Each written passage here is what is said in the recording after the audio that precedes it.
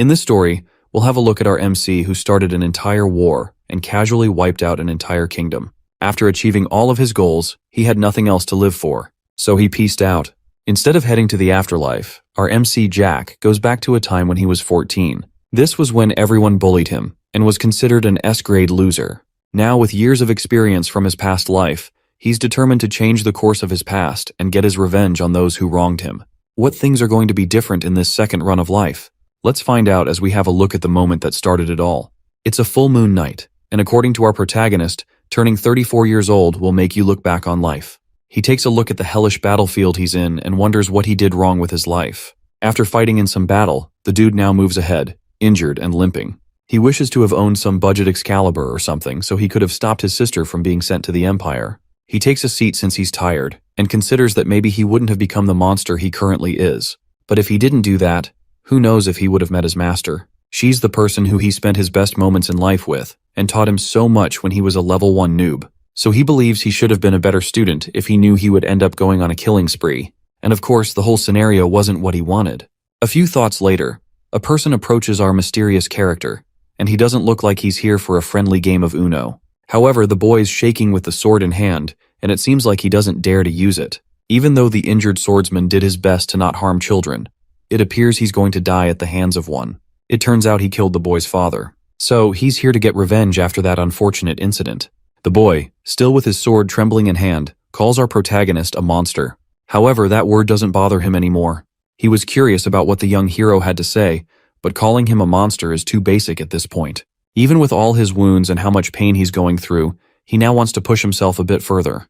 After all the crimes and grave acts he has committed, like ending an entire empire like he's the Doomslayer, our guy is obviously pissed about the basic level insult the kid just called him. Now the boy is even more terrified, but it does remind the mystery person of his early days. He then asks the kid for his name, and the boy introduces himself as Jack Stewart. The dude is surprised to hear this since his name's Jack as well. The boy mentioned he killed his father earlier, but Jack's kill list is so long that he doesn't remember any Stewarts. Now the other Jack begins to cry since he needed his father, although he wasn't a great one. However, Monster Jack's a bit jealous he needed his father. But anyway, he's not going to apologize for ending him. Instead, he gives Boy Jack the opportunity to kill him. After hearing this, Kid Jack's heart begins to race and is panicking about this. If he manages to pull this off, he'll get his revenge and become known as the heroic monster slayer. But the truth is that Monster Jack can easily regenerate and escape. But nah, he ain't doing that.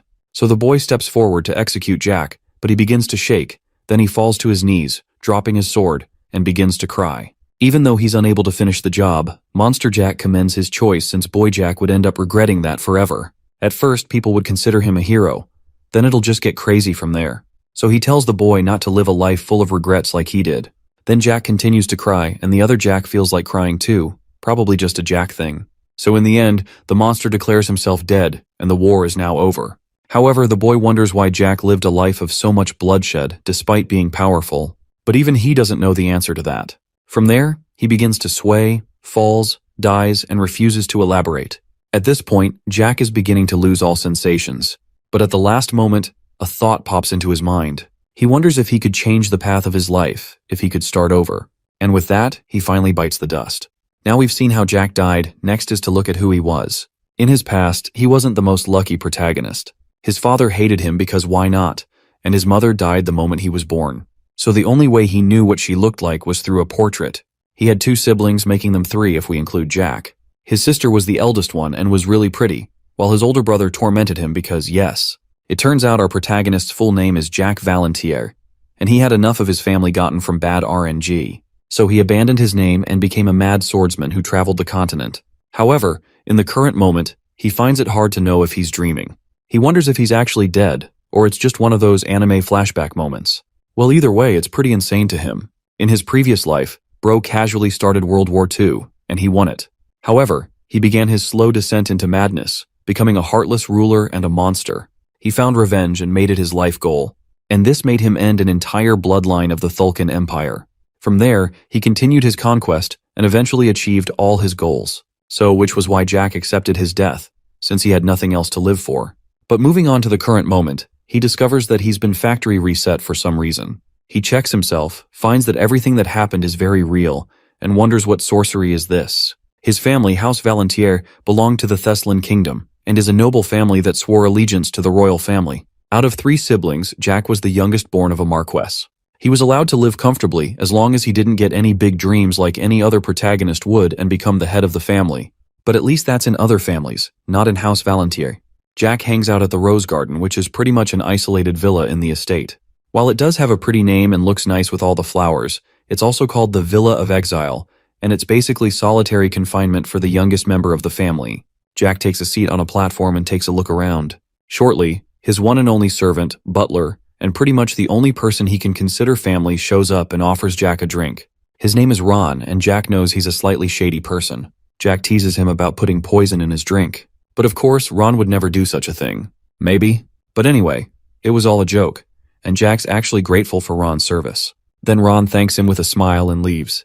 Other than Jack, there are 11 other people present at the Rose Garden. One of them is Ron, and the other 10 are the random NPC guards. However, Jack doesn't really care about what the guards do, but more importantly, he wonders what to do next. So he just chills. But he doesn't even know if what he's seeing is real, since the last time he checked, he wasn't a time traveler, and he doesn't have any plans. Currently, he's 14 years old, and he doesn't have a callus on his hand and doesn't have mana as well. With this fact, he already knows that he's a weakling compared to other children his age. Shortly, Jack has a visitor, but he doesn't notice him and continues with his thought. Then a sudden smack on the head resonates within him and brings him back to reality. At first, he's confused about what's going on, then he holds his head from the pain. This feeling's something that he hasn't felt in decades. On top of that, his fresh glass of Tomto juice is now ruined, so he wonders who's responsible for this. He takes a glance, and it's his elder brother who mentions the fact his little brother didn't greet him. Of course, Jack pretty much hates him and gives him a death stare. Apparently, this person is Phelan Valentier, the second child of House Valentier. And it turns out it's because of his threats that Jack couldn't train his mana. So Jack is obviously pissed to meet him, and he stands up to face his brother. Jack meets with his older brother, and he doesn't like him at all. Even with all the time that has passed, there's no way he'll forget about the torture he's gone through. In a past memory, Phelan had dumped some tea over Jack, calling him useless. On top of that, he threatened to kill Jack if he ever dreamt of learning magic or swordsmanship. Even though the blood of the Marquess flowed through his veins, Phelan made sure that Jack only lived out his life as a background character. If he did all that, then just maybe, Phelan might consider Jack as his brother. Once he becomes the Marquess, that is.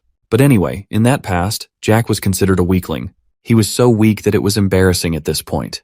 People within the family always made fun of him, and the rumors were much worse outside the family. Even the commoners would mock him whether he's a noble or not. However, all this didn't just happen by coincidence.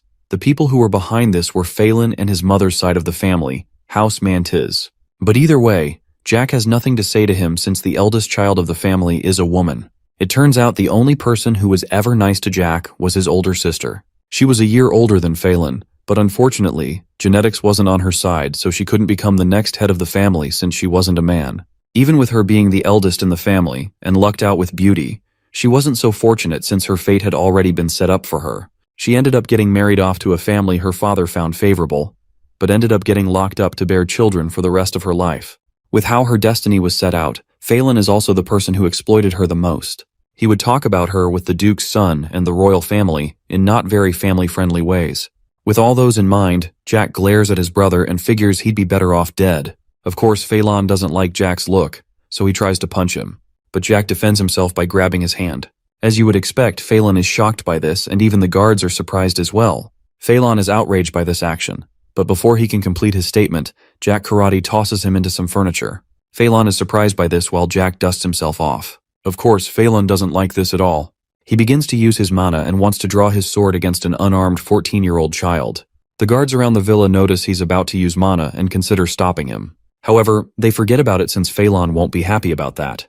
Jack notices that the guards aren't trying to stop Phelan and scoffs. He finds the situation a bit funny, and then Ron interferes with the fight, telling Phelan to stop. Ron tells him to get a hold of himself since the current place isn't suited to be recklessly spending mana, but Phelan doesn't care and punches him out of the way. Even with the fact Ron just got harmed, Jack isn't worried at all since Ron's a man of many secrets. After that, Phelan plans to have Jack and his servant killed for being disrespectful, but Jack taunts him saying that he talks too much. This comment makes him lose it as he draws his sword. At this time in Jack's life, he has never trained or even has any kind of mana. However, he's still confident that he'll bring the pain to his brother this time around. Phelan swings his sword, but Jack easily ducks and closes the distance between them. As a third circle user, Phelan's wrapping himself with mana and is using a fancy sword that's not equal to his actual sword skills. As Jack dashes towards Phelan, he wonders if he should just toss him. But in the end, he figures that his older brother needs more than just throwing around. Apparently, Phelan has covered his body with basic mana as a third circle user. Then Jack finally decides what action he'll take. He grabs Phelan's face and slams his head into a nearby pillar. Now his skull might be broken, Jack wants to repay his brother with a percentage of the humiliation he's gone through so far. That slam does a number on Phelan, then he falls to the ground and passes out. Now that has happened. Everyone in the villa watches this speechlessly. A guard reaches for his sword, but Jack stops him. He warns him with a cold stare to forget about that action. If not, he'll probably lose a kneecap. Somehow this threat works, and the knight backs off. So with that out of the way, Jack grabs Phelan's hair and drags him across the ground. He considers his brother heavy. Then he arrives at a pool of water and a new idea is formed. He dips Phelan's head into the pool of water. At first, there is no response, but after a while, he begins to struggle. Jack figures he was so startled that he never got a chance to use his mana. While Jack casually drowns his brother, he recalls that Phelan was also responsible for several other incidents within House Valentier. Just after Elizabeth was married off, Phelan poisoned his father. After that, he became the new Marquess and carried on with being a grade-A scumbag. That ended up causing the bad ending of House Valentier. Since he never achieved anything, the family was no more. However, Jack could care less about the family or his father. The only reason he's mad at his brother is because Elizabeth's sacrifice turned out to be all for nothing. She was a bright and cheery lady who was also kind. But even with that, who could tell how she felt when she was being married off to the Empire? She knew what was in store for her, and left to the Empire for the sake of her family. Plus, the person she was getting married to was the fourth prince of the Empire, and he was the kind of guy who'd make a corrupt politician look like a saint. It turns out, on the day of Elizabeth's wedding, the dude let her know she's not even his lawful wife and tells her to play along with the wedding. And because Elizabeth cared for her family, she had to endure it. But what's happened has happened. He figures he might turn into the Hulk out of anger if he keeps thinking about it. Then Jack sees a sight he never thought he would ever see. His older brother is terrified and is begging for help.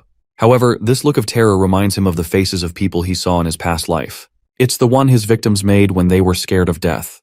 But anyway, Jack gives Phelan the chance to think about his past actions. However, he can't remember anything, and it's at this point he's realized the importance of family. Then Jack prepares the final punch, but Phelan begins to apologize and begs him to stop. But it's someone else's pleas that actually stops Jack from starting his kill list early. It's from his servant Ron, who tells him not to do that. Jack listens to him, but he still doesn't want to let Phelan go just like that. So he smashes his head against the side of the pool and lets him go. He then orders a guard to take whatever's left of Phelan away from him. Luckily, he isn't dead yet. As the guard goes to check on him, Jack dusts his hands for a job well done. Then he bumps into Ron as he passes by. Of course, he doesn't say anything about this. As you would expect, the news about Jack's behavior spread throughout the family like a wildfire, and everyone is not pleased with this. After the incident, a couple of servants rush the unconscious Phelan to tend to his wounds. It turns out he's Jack's stepbrother, and he has the support of his mother's side of the family, House Mantis. On top of that, he is on his way to becoming the head of House Valentier. However, as soon as his mother takes a look at the beaten-up future successor, she passes out just like her son. Normally, Phelan was meant to become the next head of House Valentier. But after Jack bashed his face up, he became bedridden and is now scared of water. And of course, the family was very much upset about this. After this incident, many rumors started going round as well. Phelan was considered a talented individual who became a third circle at the age of 17. But somehow, he lost a battle against his weak younger brother who was never trained in anyway. So the question is, what kind of power is Jack hiding? And why did he decide to reveal it at the moment? The next year, Phelan will become 18 years old and will be appointed the successor when that happens. Of course, the rumors keep going on. Some even suggest that Jack was jealous of this position. But all that remains to be seen is how Marcus Valentier will react to the situation. Speaking of that, he orders for Jack to be brought to him. Then there's Jack, who's having some cake. A few servants burst into the room to give Ron the update, and he's surprised to hear what's up. He then informs Jack that Marquis Valentier has ordered for him in the main building immediately. So Jack gets up from his seat and begins to head out. Ron offers to escort him, but Jack insists on going there on his own. With that, Ron wishes his master the best as he heads on his way. As he makes his way through the building, people begin to gossip about Jack. With all the death stares being sent his way, it has been a while since he's ever gotten this much attention. However, Jack doesn't care what a few randos think, and just wants to end the situation as soon as possible. He reaches out to open the door to Marcus Valentier's quarters, but the guards in front of the room stop him. Not a word is heard from any of them, and it almost seems like they're trying to mock Jack too. At this point, the whole thing seems ridiculous, so Jack tries to get their attention, but he receives the silent treatment. Then he kicks the knee of one of the guards, trying to get some kind of reply while others watch him. Now, the guard has a look that either screams constipated or just angry. Normal Jack would have been scared after seeing that, but he calmly tells the guard to get rid of that look or someone will have to clean him off the floor. The guard finally responds to Jack's threat, asking for what he said. But Jack kicks him again. This time, the guard clearly feels the impact and gets on the ground in pain. Jack informs him that Marquis Valentier has called for him and asks why he's being denied entry. The guard gets back up and has been ordered not to reveal that information. So with that in mind, Jack figures his father's using this as a way to tell him to reflect on his actions before he's let in. He begins to leave and the guard wonders where he's going. Jack knows that this isn't worth his time anymore and tells the guard that his father should come see him instead, if what he has to say is that important. After seeing his response, both of the guards' jaws drop at the level of insolence shown by Jack. This incident that happened later gets reported to Marquis Valentier. The Marquis scoffs at what has just happened, and he rises from his seat. At this point, he figures that Jack is a different person at this point. Jack waits outside the villa for his father. However, it doesn't take long until he notices something in the distance. It's his father, who's arriving to meet with Jack with an entire convoy. With a face like his, one would definitely think he's the stubborn type, and he's just as Jack remembered him. The Marquis finally stops, and Jack on the other hand figures things would have been much better without his father. He's such a greedy man who couldn't make his ambitions come true.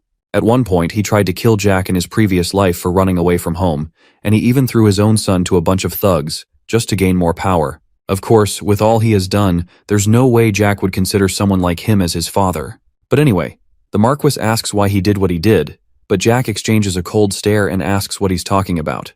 This show of attitude from Jack causes Phelan's mother to freak out in a loud and annoying manner. With how far Marquis Valentier has come, Jack asks if he would like to head inside or discuss things with him outside. Jack then tosses a plate to the side, and once it shatters, the Marquis begins to flare up with mana. Jack learns that he's secretly checking if he has a mana heart. But unluckily for him, he doesn't have anything. Marquis Valentier then asks if he's been working out recently, and wonders why he hid it until the current moment. Of course, no one will believe Jack if he says he's from the future, so he takes a sip of his drink and pretty much says he just wanted to. Again, Phelan's mom is angry at his smug response but calms down after the Marquis raises his hand. He on the other hand figures that Jack is useful after all, but this comment annoys him instead. With how his father put it, he wonders if he won't be considered his son if he's useless. This makes Marquis Valentier ask if Jack would like to be recognized as his son, but the ship for wanting fatherly love has sailed a long time ago. Everyone is shocked that Jack would turn down his father's offer. But still, the Marquis begins to leave without any further explanation. Jack is surprised that his father is leaving just like that and wonders why he even bothered coming. As the convoy heads out, Jack calls out to Phelan's mother, activates troll mode, and points out the fact she's gained more wrinkles. He figures it might be because of Phelan and wants to suggest a beauty regimen to her. As you would expect, she's outraged by this taunt, but seeing this look on her face gives Jack pure joy. So with that, he bids his wonderful family farewell and says he's sorry about the Phelan incident. Later on, Ron informs Jack he's been placed in solitary confinement for 20 days. From there, he scolds Jack and wonders what on earth must have gone down in the main building. However, Jack tells him to relax and is also annoyed about how loud he is. When Jack used to get beaten up by Phelan, no one would say anything. But when Jack does it, he's now a criminal. Speaking of solitary confinement, Jack wonders what kind of punishment he'll be facing. While he scribbles up a masterpiece, he also figures the Rose Garden is a place of solitude on its own. But still, he's going to be confined even more than this. The academy Jack attends will resume in less than a month, and now he's getting this. The mention of this academy reminds Jack that he'll have to go to school again. Since he's 14, he'll have to attend the Royal Academy. It's a place where all the noble children of the Thessalon Kingdom go to learn, just like any regular school. It takes 4 years to graduate, and since Jack was newly admitted, he's currently in his first year. He's completed his first semester and is currently on summer vacation. What's more important is that his master from his previous life has close ties with the academy, and he's determined to reunite with her no matter what. While he becomes the next Picasso, Jack figures he must go to the academy and doesn't have any time to waste with the Marquis. Jack wonders how he managed to survive such mistreatment. Then he figures that there are 27 vacation days left. Since his confinement is 20 days and it takes 6 to get to the academy, he figures that his father wants him to head straight to school after punishment. However, it's still hard for him to understand how he returned to the past. After Jack finishes up his artwork, he asks his servant where he's to be confined. At first, Ron is hesitant to say, but after a bit of persuasion, he reveals that he'll be confined where the criminals of the domain are locked up. So in other words, prison. Jack gets gloomy after he hears this and is outraged by his father's decision. Normally, vacation for the noble children who attend the academy is more like an extension of school. For instance, before Phelan's skull was split open, he always attended social parties during the vacation to make connections with other nobles and also meet his vassals. Then there's Jack in prison, who never had opportunities like that. Plus, he had no interest in the Marquess title. With how his life went, it was almost like House Valentier never accepted him as a part of the family. It turns out Jack had left for prison way before the knights came for him. While he was being handcuffed, Ron cried as he was taken off to his cell. But Jack decided to hurry away before Ron would find another way to make him more embarrassed. Now back to the present moment. Jack is in his cell, and it's not as bad as he thought. It has all the basic stuff: a bed, a toilet, and 3 meals a day. But there's a catch, since this is a prison. The bed sheets look like they've been there ever since the time of dinosaurs, and the food looks like lunchly in its purest form. Jack finds the entire situation to be horrible, no matter how he thinks about it. It turns out that nobles who own a domain can punish the citizens by their own laws. So this pretty much means that the lord of a domain can live like a king. Even though Jack is still the son of Marquess Valentier, his own father abandoned him and even went so far as to put him in prison. Jack wonders how the family will cover up for their precious golden child. At first he figures that they might announce that he uses some sort of poison artifact or something, but that'll probably sound too basic. So he imagines another possibility. In this one, he learned dark magic out of greed, then Phelan caught him and tried to set him straight. But instead of listening, he attacked his older brother using dark magic, which caused his head injury, and Phelan forgave him for this anyway. Jack is positive this is the kind of scenario the Marquess and Marchioness are brewing up, and the thought of this makes Jack want to jump off a cliff. This thought gets him all frustrated, and he plans to break out after a few days, since a prison cell isn't exactly the best place to have a vacation. He also wants to escape from such a loving household, but the only things holding him back are his older sister, Elizabeth, Ron, and his master. But more importantly, his current body is pretty weak at around 5'5" and 121 pounds. From his view, the world is pretty much a jungle that operates on survival of the fittest. According to him, the only reason he survived in his previous life was because he was strong, so he took everything he wanted. However, this time, he doesn't intend to go on the genocide route like a certain World War II individual I won't mention. But there are still some things he has to take care of. Right now, he needs time and power, and he can get both of those at the academy. He plans to recruit the talented individuals of the academy in the meantime, so he can secure the power he once had. Then he'll be able to protect the ones who he cares about: Ron, Elizabeth, and his master. So he has to do what must be done. Jack then creates a kind of spark with his hand that seems to be mana. In the world, mana users are divided into 10 ranks. The 1st to 3rd circle users are beginners. 4th to 6th are experts. 7th to 9th are high circle mana users. Then there's the final 10th circle users, who are called masters and considered superhumans at that point. Truth be told, Jack needed a place where people wouldn't watch him, and it apparently takes 2 hours to form 1 mana circle. Jack creates a ball of mana in his hand and figures it's because he started mana training at 17. He plays with it for a while until the sound of footsteps alerts him. He quickly makes the mana ball disappear since he can't let anyone discover his secret yet, and wonders who it could be. He pretends to be asleep and considers it could be the Marchioness who came to scream his ears off. But the footsteps are too light for it to be hers. This person stops in front of Jack's cell and calls out to him. He flinches once he hears this and springs out of bed since it's a voice he recognizes. It's the voice of someone whom he used to see in his dreams, and if it weren't for his memories, he probably wouldn't have seen her. It turns out his mystery visitor is his older sister, Elizabeth Valentier. He goes to meet her, and she on the other hand checks up on her younger brother. Of course, Jack is relieved to see her since she's still the kind and beautiful person he remembered her to be. Elizabeth checks on her little brother and calls him Jackie. This is a nickname he hasn't heard in decades. So he gets all teary-eyed and lets her sister know he's all right. She wonders why he resorted to dark magic since she could teach him magic whenever he wanted. She sympathizes with her brother, but Jack is lost in the moment. Elizabeth then brings him back to Earth. With how he was absent-minded, she wonders if her brother is okay. He wipes his face, and he is, but he's just glad he's actually seeing his sister and isn't dreaming about it. This makes Elizabeth a bit worried. Then Jack suggests an idea. He proposes that they run away to the mountains, but Elizabeth seems sad over the suggestion. Jack is aware of how Phelan and his mother treat her, so he suggests that they leave for somewhere peaceful while they search for a proper suitor for her. He also says something about the Marquess, but Elizabeth cuts his sentence short by yelling his name, which startles him a bit. It appears the Stockholm Syndrome is strong in this one. She convinces Jack that even with everything that has happened, the Marquis is still their father, so she tells him not to say anything like that again since he still raised them. With how Jack has been looked down on by the Marquis, she's determined to try and change his mind. So in summary, she tells Jack to trust her and endure the pain for a bit longer. All she has said reminds Jack about what he heard in his past life, and he figures he really did go back in time. He tells her sister it's nice to see her again after a long while, and Elizabeth blushes over this remark. Then Jack stands up and asks her to step away from the cell door.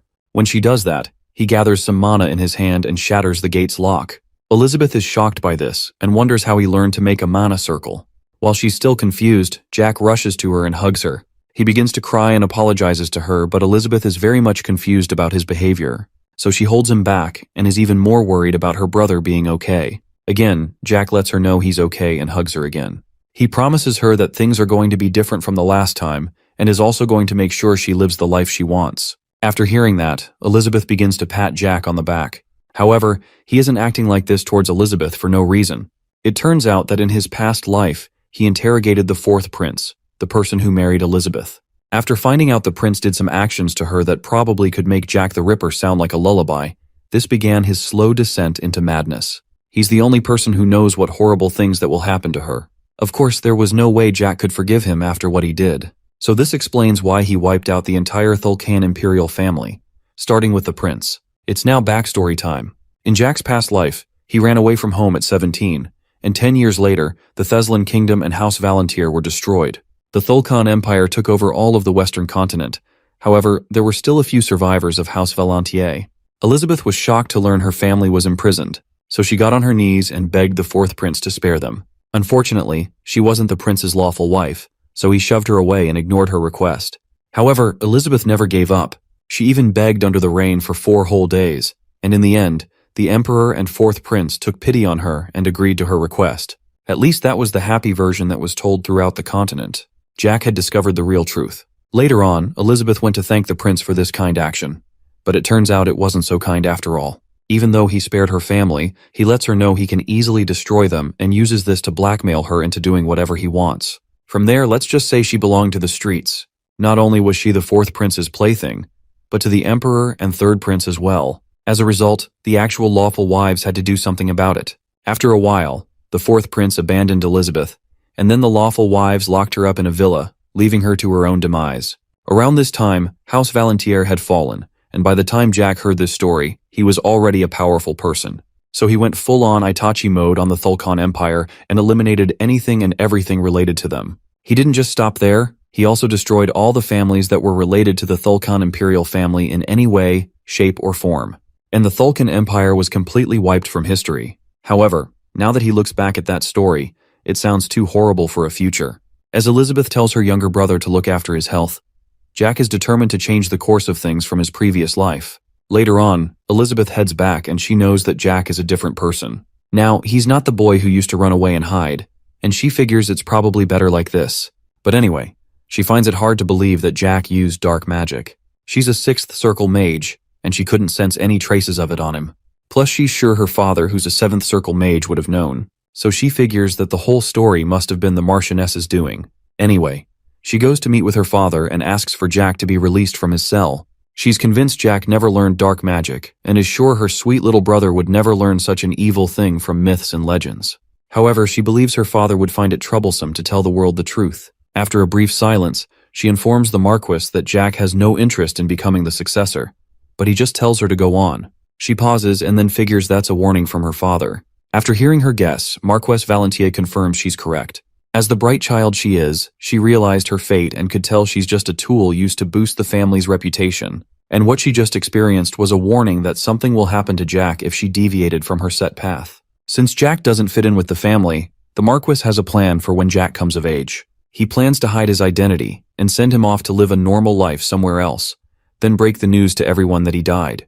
Elizabeth is shocked when she learns this, and until then, she has to play her role. However, the one thing that's strange to the Marquess is the fact Jack took down Phelan without a circle. Elizabeth is shocked to hear this, and then wonders what she saw when Jack broke the prison lock.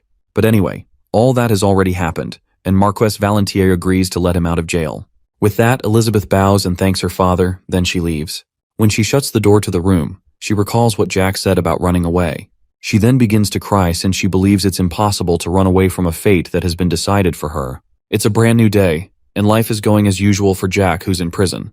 He believes to have dreamed of his past life and figures it's probably because he's not used to jail.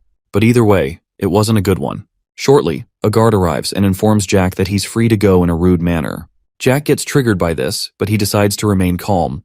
He thanks the guard for bringing his clothes and shoes, but the knight refuses to let go when Jack tries to take them. Even though he's always treated like trash, he still finds it absurd that some no-name NPC side character also wants to do the same. The guard refuses to give Jack his shoes and tells him that he's getting on his nerves. Now this is where Jack loses it. He faces up to the guard, while the knight begins to regret all his life decisions. Now the time for talking is over, and Jack charges up his fist and attacks the knight. And who knows if he made it out of that one. Eventually, Jack arrives at the rose garden. Then Ron calls out to him. Now that Jack has been released, he's worried if his master is fine, but Jack is okay. Then Ron spots a bloodstain on his clothes and wonders what has gone down in the cell. But Jack assures him that it's not his blood. But anyway, Jack notices the new faces around the villa. There are 10 new foot soldiers, and a page from the Ironblood Order was brought in. Jack observes that one dude who looks like he's been grinding for loot and experience points, and figures he's the page of the Ironblood Order. However, Jack pities him since babysitting wasn't what he had in mind when he became a knight. But then, a guard comes over to report what happened in the cell to that knight. After hearing that, he heads over to Jack and asks for his story on what happened.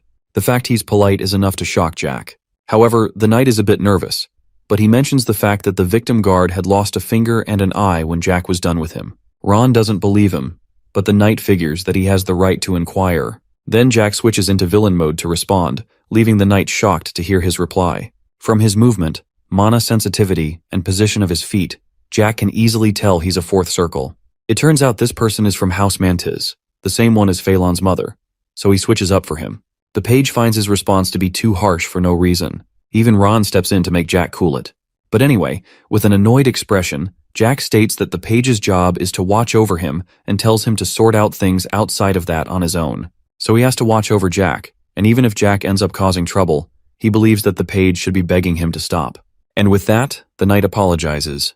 Now that's settled, Jack begins to leave and tells the page to sort out the issue of the guard on his own. As he goes on his way, Jack instructs his new guard to take all complaints to the Marquess. On top of that, he finds it annoying to call him a page, so he demotes him to Chickling and tells him to come to him the moment he calls.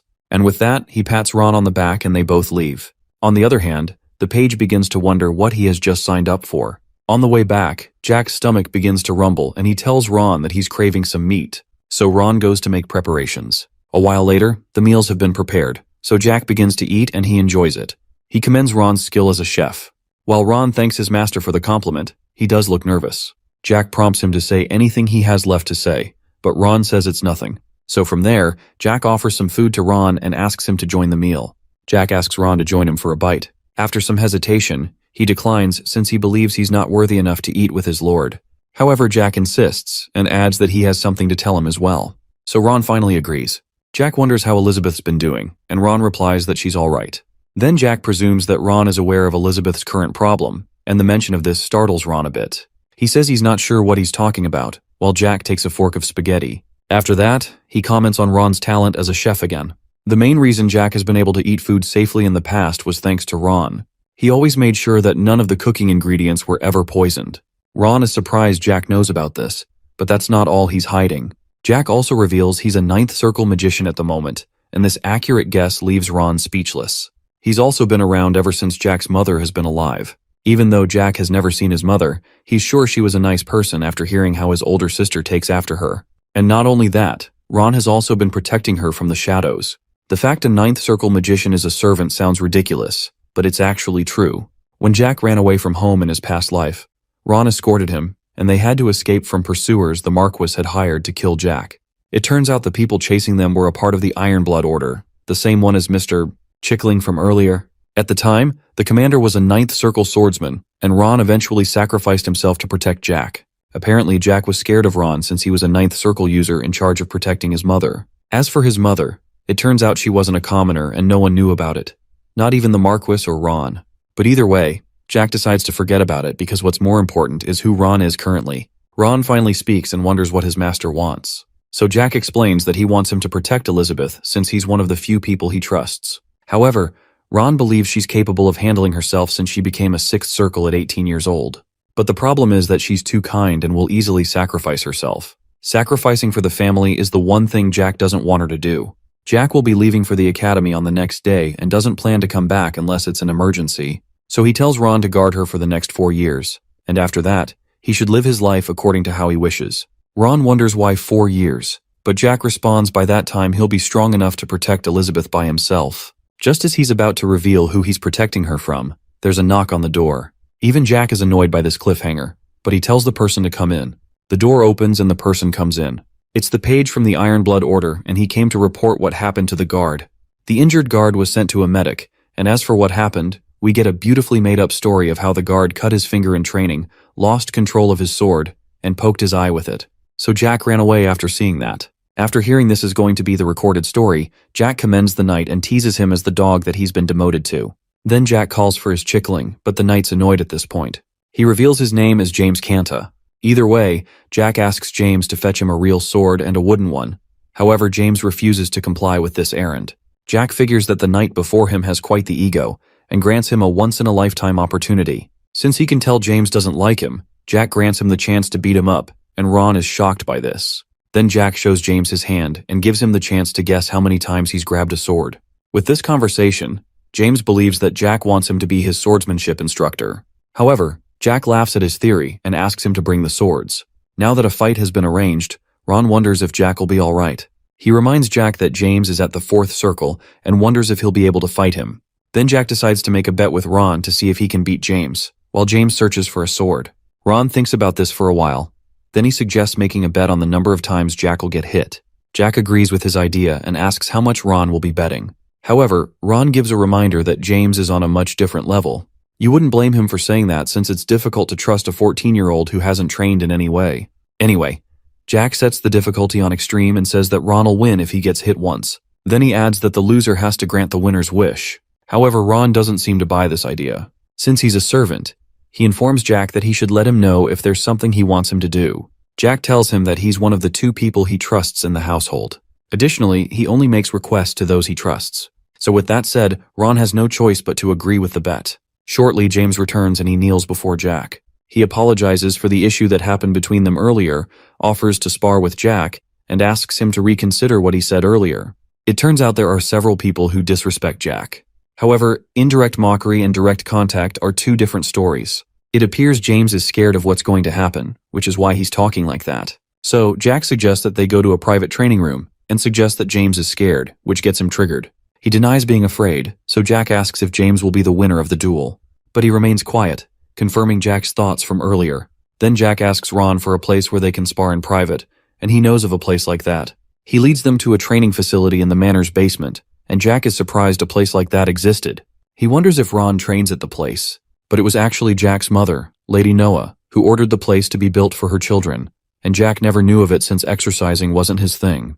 Jack looks around and finds that the place is spotless, even with how he never visited it. So with a smile, he figures Ron is behind this fact, and thanks him for his service. Unfortunately, the smile disappears when it comes to James, and Jack orders for a wooden sword in a pretty harsh manner. Now with a sword in hand, James points out that Jack seems used to holding a sword. But with the amount of people he slayed in his past life, of course he would be used to it. So he thanks his opponent for the compliment and charges at him. Jack swings his sword, but James blocks the attack easily. He believes Jack is a novice and plans to suppress him with a few tricks. But while he's still planning his moves, Jack has already won the battle by pointing his blade at James's jaw. Of course, everyone is surprised by this swift action. At this point, James is lucky this wasn't an encounter in Jack's past life. However, what's confusing to him is how Jack, a person who should be wielding a sword for the first time, found an opening to win. Ron is confused about what just happened. He is sure that James blocked Jack's attack easily. What he expected to happen is that James would push Jack's sword lightly, which would be too much force for Jack to handle, and the fight would be over. However, Jack's moves are accurate and perfect, and he's convinced that James could have been killed if they were using real swords. Ron wonders what happened to Jack since he's never even held a sword before. He figures that his young master might just be a genius, but even a genius can't be so efficient with a sword on the first try. On the other hand, Jack wonders how old Chicken Man is, and it turns out he's 23. In addition, James started mana training at 18, which means it took him 5 years to become a 4th circle. With that fact, Jack figures he's pretty talented even with how late he started training. Jack analyzes that he has enough potential to become an 8 circle, and a commander on top of that. Then Jack drops his wooden sword and has now switched from survival to hardcore mode. He picks up a real sword and thinks about how James, despite his talent, was assigned to babysitting. When Jack picks up the sword, James warns him that he'll get hurt, but Jack laughs at this. He has now gone villain mode and points out the fact James seems to think the earlier victory was by luck. James goes on full guard and seems to be a bit annoyed. Then Jack taunts him, which makes James angry. He loses it and charges in for an attack. Jack sees how easy it is to get him riled up, which is why he'll always be a page. The two of them clash swords, but Jack disarms James, making him the winner once again. James is shocked by this and wonders how he made that move. Jack explains that he simply changed directions when their swords clashed, which is called an advanced technique. At this point, who's even the instructor here? Of course, James is furious, so he goes to get a real sword as well. While he does that, Jack reminds Ron of the bet they made, and his wish is the same as earlier, to protect Elizabeth. So with that, Ron agrees with it. James believes that the next battle will be different, but Jack calls Cap. The only different thing is that the two of them can use mana now. With that, Jack leaps into the air to attack. James blocks the attack, but he isn't strong enough. So the sword leaves his hand again, and the force drives him to the ground. From there, Jack stomps his chest, and man lost 3 battles in seconds. He wonders if Jack is actually a 3rd circle, since there's no way for a 1st circle to be so strong. Jack figures that his confusion is understandable since a 1st circle beating a 4th doesn't add up. But what he did was he focused all his mana on one part of his body to increase its ability, rather than all over. Out of nowhere, Jack wonders if James really wants to become a knight. James, on the other hand, is confused by his question and asks what else he can do, if not that. So Jack gives him the offer of becoming his loyal hound that takes orders from him rather than becoming a knight. After Jack's proposal, James wonders what he can get out of it. Jack believes that he should be asking about the kind of tasks he'll be getting, but either way, he reveals that James will gain power and authority if he works for him. And for the tasks, he'll have to protect Jack and also become an assassin. Of course, this fact shocks James, and he wonders who he'll have to assassinate. This person is most likely Phelan, who's still traumatized and in bed. So he gives James a day to decide, and for the sake of himself, he has to make the right decision. A time skip later, while Ron gives Jack a massage, he suggests that his master is being a bit too reckless by trusting James. But obviously, there's nothing that'll make Jack trust him. He already knows that James is on the way to report everything to the Marchioness. Since Jack is leaving the next day, Ron believes she might use that as a chance to kill Jack. However, Jack knows that's not possible. Even though she's still searching for revenge after making Phelan terrified of water, she can't make any moves since the Marquess is still alive. Besides, she needs Jack to force Elizabeth to do what she wants, so he's confident she won't kill him. On top of all that, Jack's move to the academy has already been planned, so the worst she can probably do is break an arm or leg. But more importantly, no one ever managed to kill Jack. Even some powerful figures like a Harpy Lord, an Orc Lord, and a Dragon Lord failed to accomplish this. Then what good can some random noble Karen do? In the end, Jack thanks his servant for the massage. He was aching all over since he doesn't exercise regularly. As he stands up, he tells Ron not to worry and says he won't die unless he wants to. After hearing his statement, Ron wonders if Jack has an idea of how he'll die, and out of all the things, he does. He also tells Ron that he can't accompany him normally. So, if he's curious about what will happen, Ron will have to follow him secretly. After that, there's another thing Jack has to say. He informs Ron that he'll be creating his 2nd circle, so Jack instructs him not to let anyone into his room. Ron is surprised after hearing this because it's apparently a difficult task, but Jack wonders what the fuss is all about since it's child's play for him. So with that, Ron agrees with his request. Meanwhile, James is still pretty salty after losing to a 1st circle. He believes Jack is a 3rd circle, and is a gifted child on top of that. However, one thing he found absurd was Jack's offer to become his hound. Jack neither has the support of other families nor loyal vassals, and is pretty much a nobody. He pauses for a while, and he begins to have Vietnam War flashbacks of Jack. Then he decides to break the news to the Marchioness concerning that conversation and Jack's combat talent. Now he sees this as a way to get a secure ride to the top. While Jack may be a genius, James knows that he won't be able to overthrow his family unless the plot armor works for him. In a different location, the Marchioness and Elizabeth have a chat, obviously not a friendly one. She considers Elizabeth to be subhuman as long as the fact her mother was a commoner stands. Other than Elizabeth's looks, the Marchioness holds her to zero regard. After that, the Marchioness offers her a drink, and Elizabeth doesn't seem to be in a position to decline. Elizabeth rejects the offer because she doesn't believe she can drink before the Marchioness. So with that, the Marchioness downs her glass of wine. She then reveals that the first son of House Marion and the second son of House Assemble both seem interested in Elizabeth. However, the Marchioness doesn't find them good enough, so she'll still search for other candidates. She asks if Elizabeth has anyone in mind, and she says no. It's a good thing she did, because that would have been the end of that character. Now the next topic is Jack, who appears to be causing trouble. It turns out the news of him trying to recruit James got to the Marchioness, but little did Jack know that he's already sold out to Phelan. She finds this funny and begins to laugh in a loud manner. However, Elizabeth believes it's because of her father and stepmother that he made such a move, but she can't say that. If she does, her stepmom might end up doing things to harm Jack. Anyway, the Marchioness is about to leave and will keep searching for suitors for Elizabeth. But before she goes, she heads over to Elizabeth, who is terrified at this point. Then she makes it clear that if she falls in love with anyone, there will be trouble. So the poor girl has no other choice but to comply. With that said, Elizabeth now has to go for supper with the family. In the dining hall, the table has been set with food, so the family have their meal in a silent and gloomy environment. However, the doors burst open, shaking up the mood a bit. It's Jack who comes in like a ray of sunshine into the hall. Of course, some people are surprised, and others are disappointed. But Jack wants to join in for dinner since he is a part of the Valentier family after all. Apparently, there are 2 ways to use mana. The first way is to circulate mana through the body to make the user faster, stronger, smarter, and all that. The second way is the nerd approach, where one can apply some formula to mana and give it shape. This allows them to use all manner of spells. This is why mana users are divided into swordsmen and magicians, and Jack here falls under the swordsman category. Speaking of Jack, a few minutes earlier he finished creating his second circle as a swordsman. Ron has a very surprised expression since it took him 2 months to become a second circle. Normally it would take 4 months to achieve this, so doing it in 2 months is actually impressive. But still, it's nothing compared to doing it in just 5 hours. Jack asks for the time, and it's 5:48 in the afternoon. Jack is shocked by how much time has passed. Then his stomach begins to growl, just in time since it's time for dinner. Rather than having his usual steak, he wants to try something different.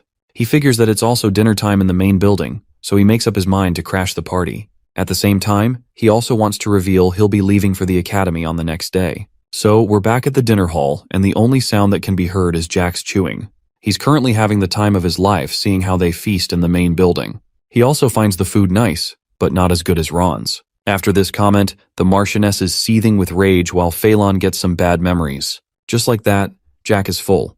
However, the Marquis figures that he must have paid a visit because he has something to say. And this is exactly why he came.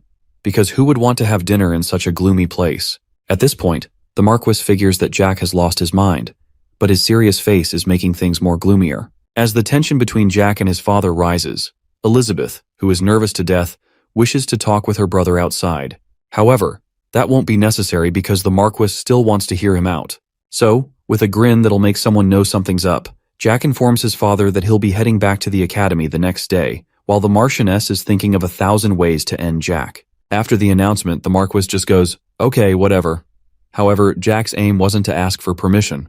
Now that's settled, Jack gets up and is glad his father is letting him go hassle-free.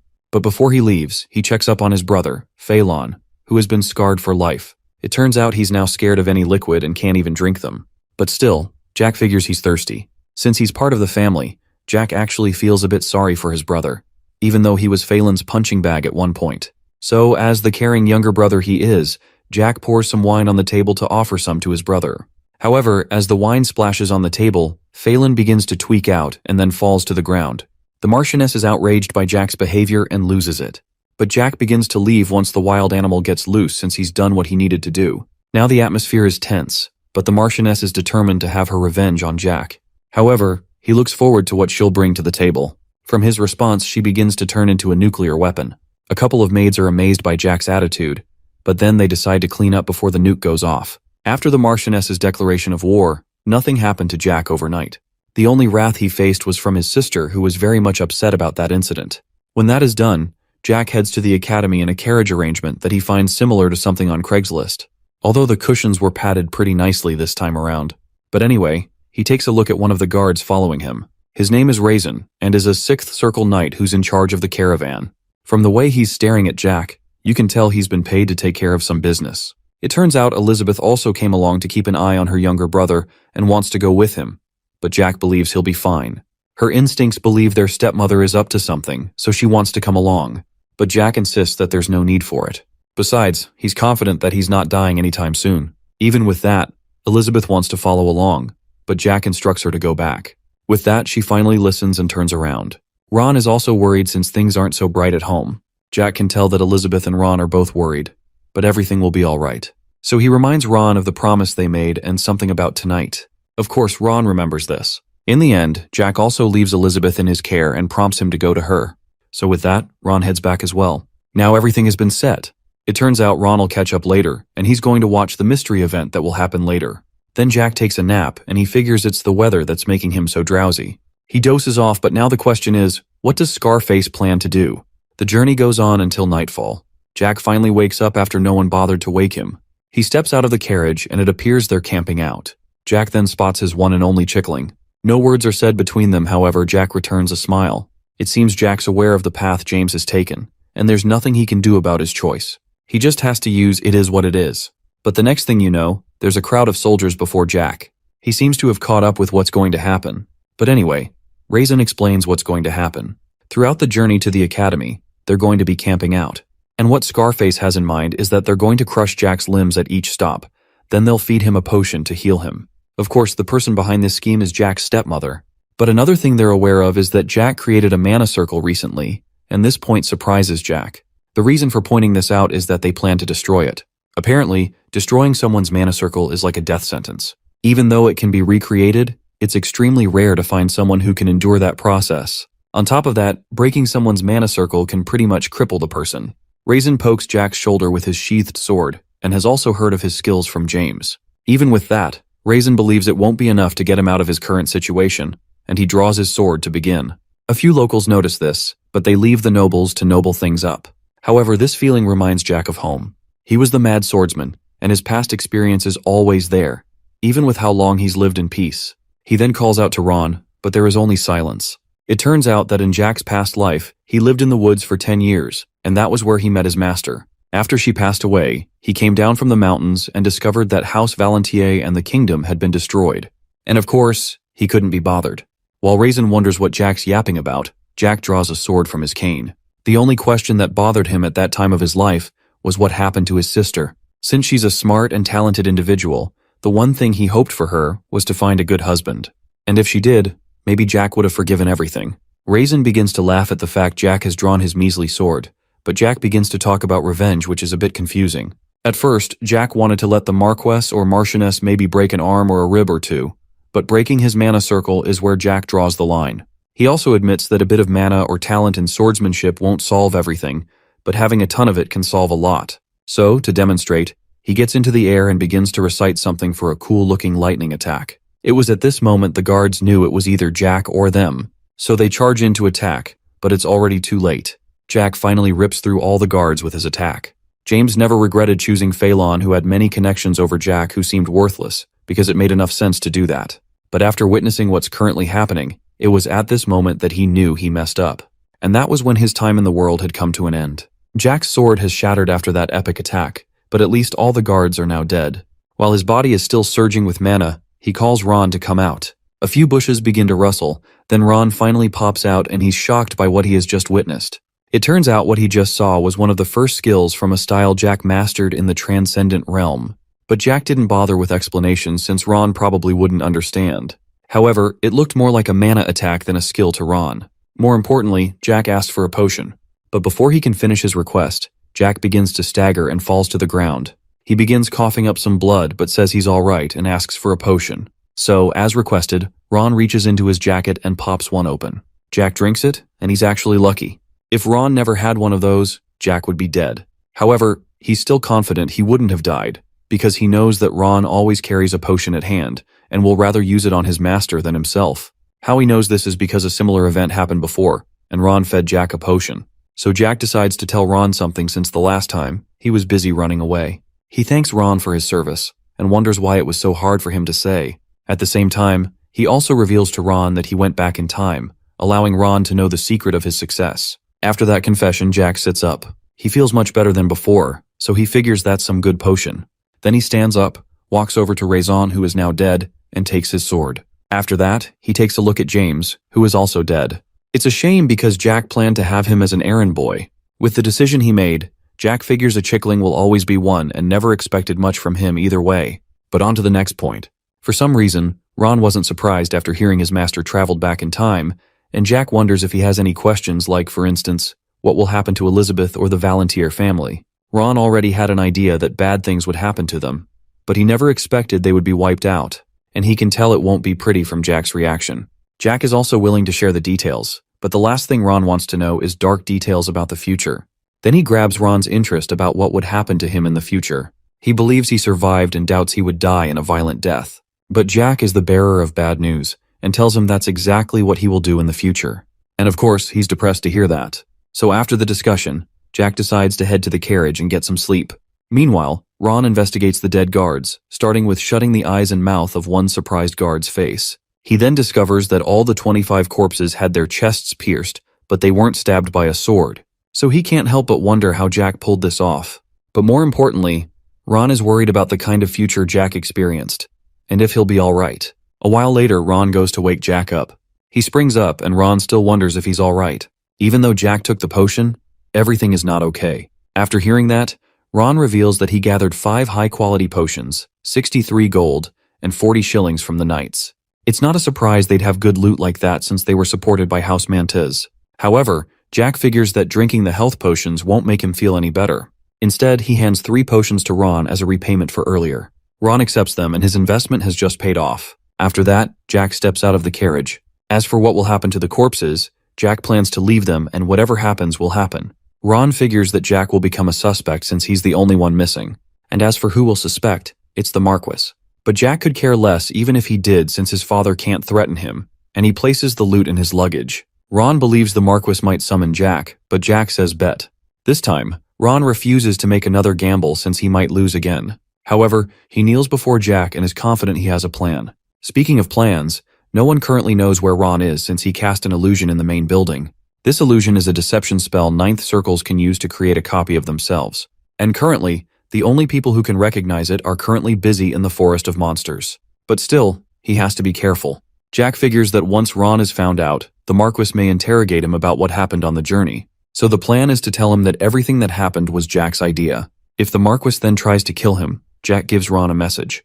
That message says if either Elizabeth or Ron dies, that will be the end of House Valentier. Now there's a silence between the two of them, but that last part is just for the worst-case scenario. Jack is just hoping that the Marquis will finally act like a proper father to Elizabeth, and is giving him a chance to make the right choice. Now that Jack is heading for the academy, Ron wonders what next if the Marquis calls for him. But fortunately for him, there's a rule at the academy that won't allow anyone to return home unless it concerns the death of a family member or the family head. So with that in mind, Ron decides to head back, although he's a bit disappointed because he wants to accompany Jack. While that would be great, it's not the best move.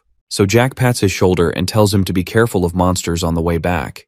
This will probably be the last time they'll meet until 4 years are up, so he asks Ron to take care of Elizabeth. After Ron leaves, Jack plans out his journey to the academy.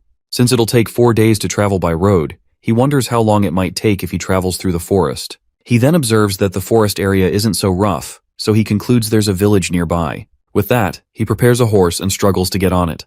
Of course, one of the challenges of being a midget. Once he gets on, he makes his way through the peaceful scenery that is way more calm than what happened earlier. Plus, he doesn't want to head straight to the academy. What's currently on his mind is searching for his master, Valentine Milrose. It turns out she was the one who made him the person he currently is and gave him the strength to get revenge. She was also the strongest dark magician at one point, and her name was the new definition of fear to everyone. So Jack heads on his way while his heart is racing, and he wonders about it since it's been a while since he experienced that. Eventually, Jack arrives at the town of Arbeloa, the domain of Viscount Arbeloa, who's a vassal of House Assemble. He then arrives at an inn and also spots a few children. From their joyful expressions, he believes that he's found a nice village. Jack then steps into the inn, and it's also a cheerful place. He's then welcomed by a random dog, and from there, he finds a place to sit. Shortly, the innkeeper welcomes him and asks for what he would like. From how jacked she looks and the scars on her face, one would think she's a mercenary. But anyway, Jack pays for a light meal, a drink, and also asks for his sword to be retrieved from where his horse is. But it turns out Jack overpaid for his services, because the lady is fine with just 1 shilling. She offers to bring him some food with a bonus, then Jack chooses milk as a drink since he's obviously underage. However, it seems the lady's cheery attitude is bothering him a bit. Now Jack's order has been made, she heads off to get them. Jack figures that the place is lively, probably because it's a peaceful town to live in. Anyone can tell he's an outsider, but surprisingly, the lady didn't try to cheat him. Although this time of peace was before the war broke out. Shortly, Jack overhears a discussion. It's about a large-scale operation that involves wiping out monsters completely. While the reason for this is unknown, the Thulkan Empire isn't doing anything about it. Plus, this cleanup is a heavy investment involving 20,000 mana users. At the current moment, most of the Ironblood Order, the elite troops of House Valentier, have been assigned to the Forest of Monsters. It turns out the king of the Theslan Kingdom drafted a large number of soldiers from each family and made them go for the monsters in the forest. This forest is at the base of a mountain called the Grand Range, and it's a place full of orcs, goblins, elves, and all other kinds of fantasy creatures.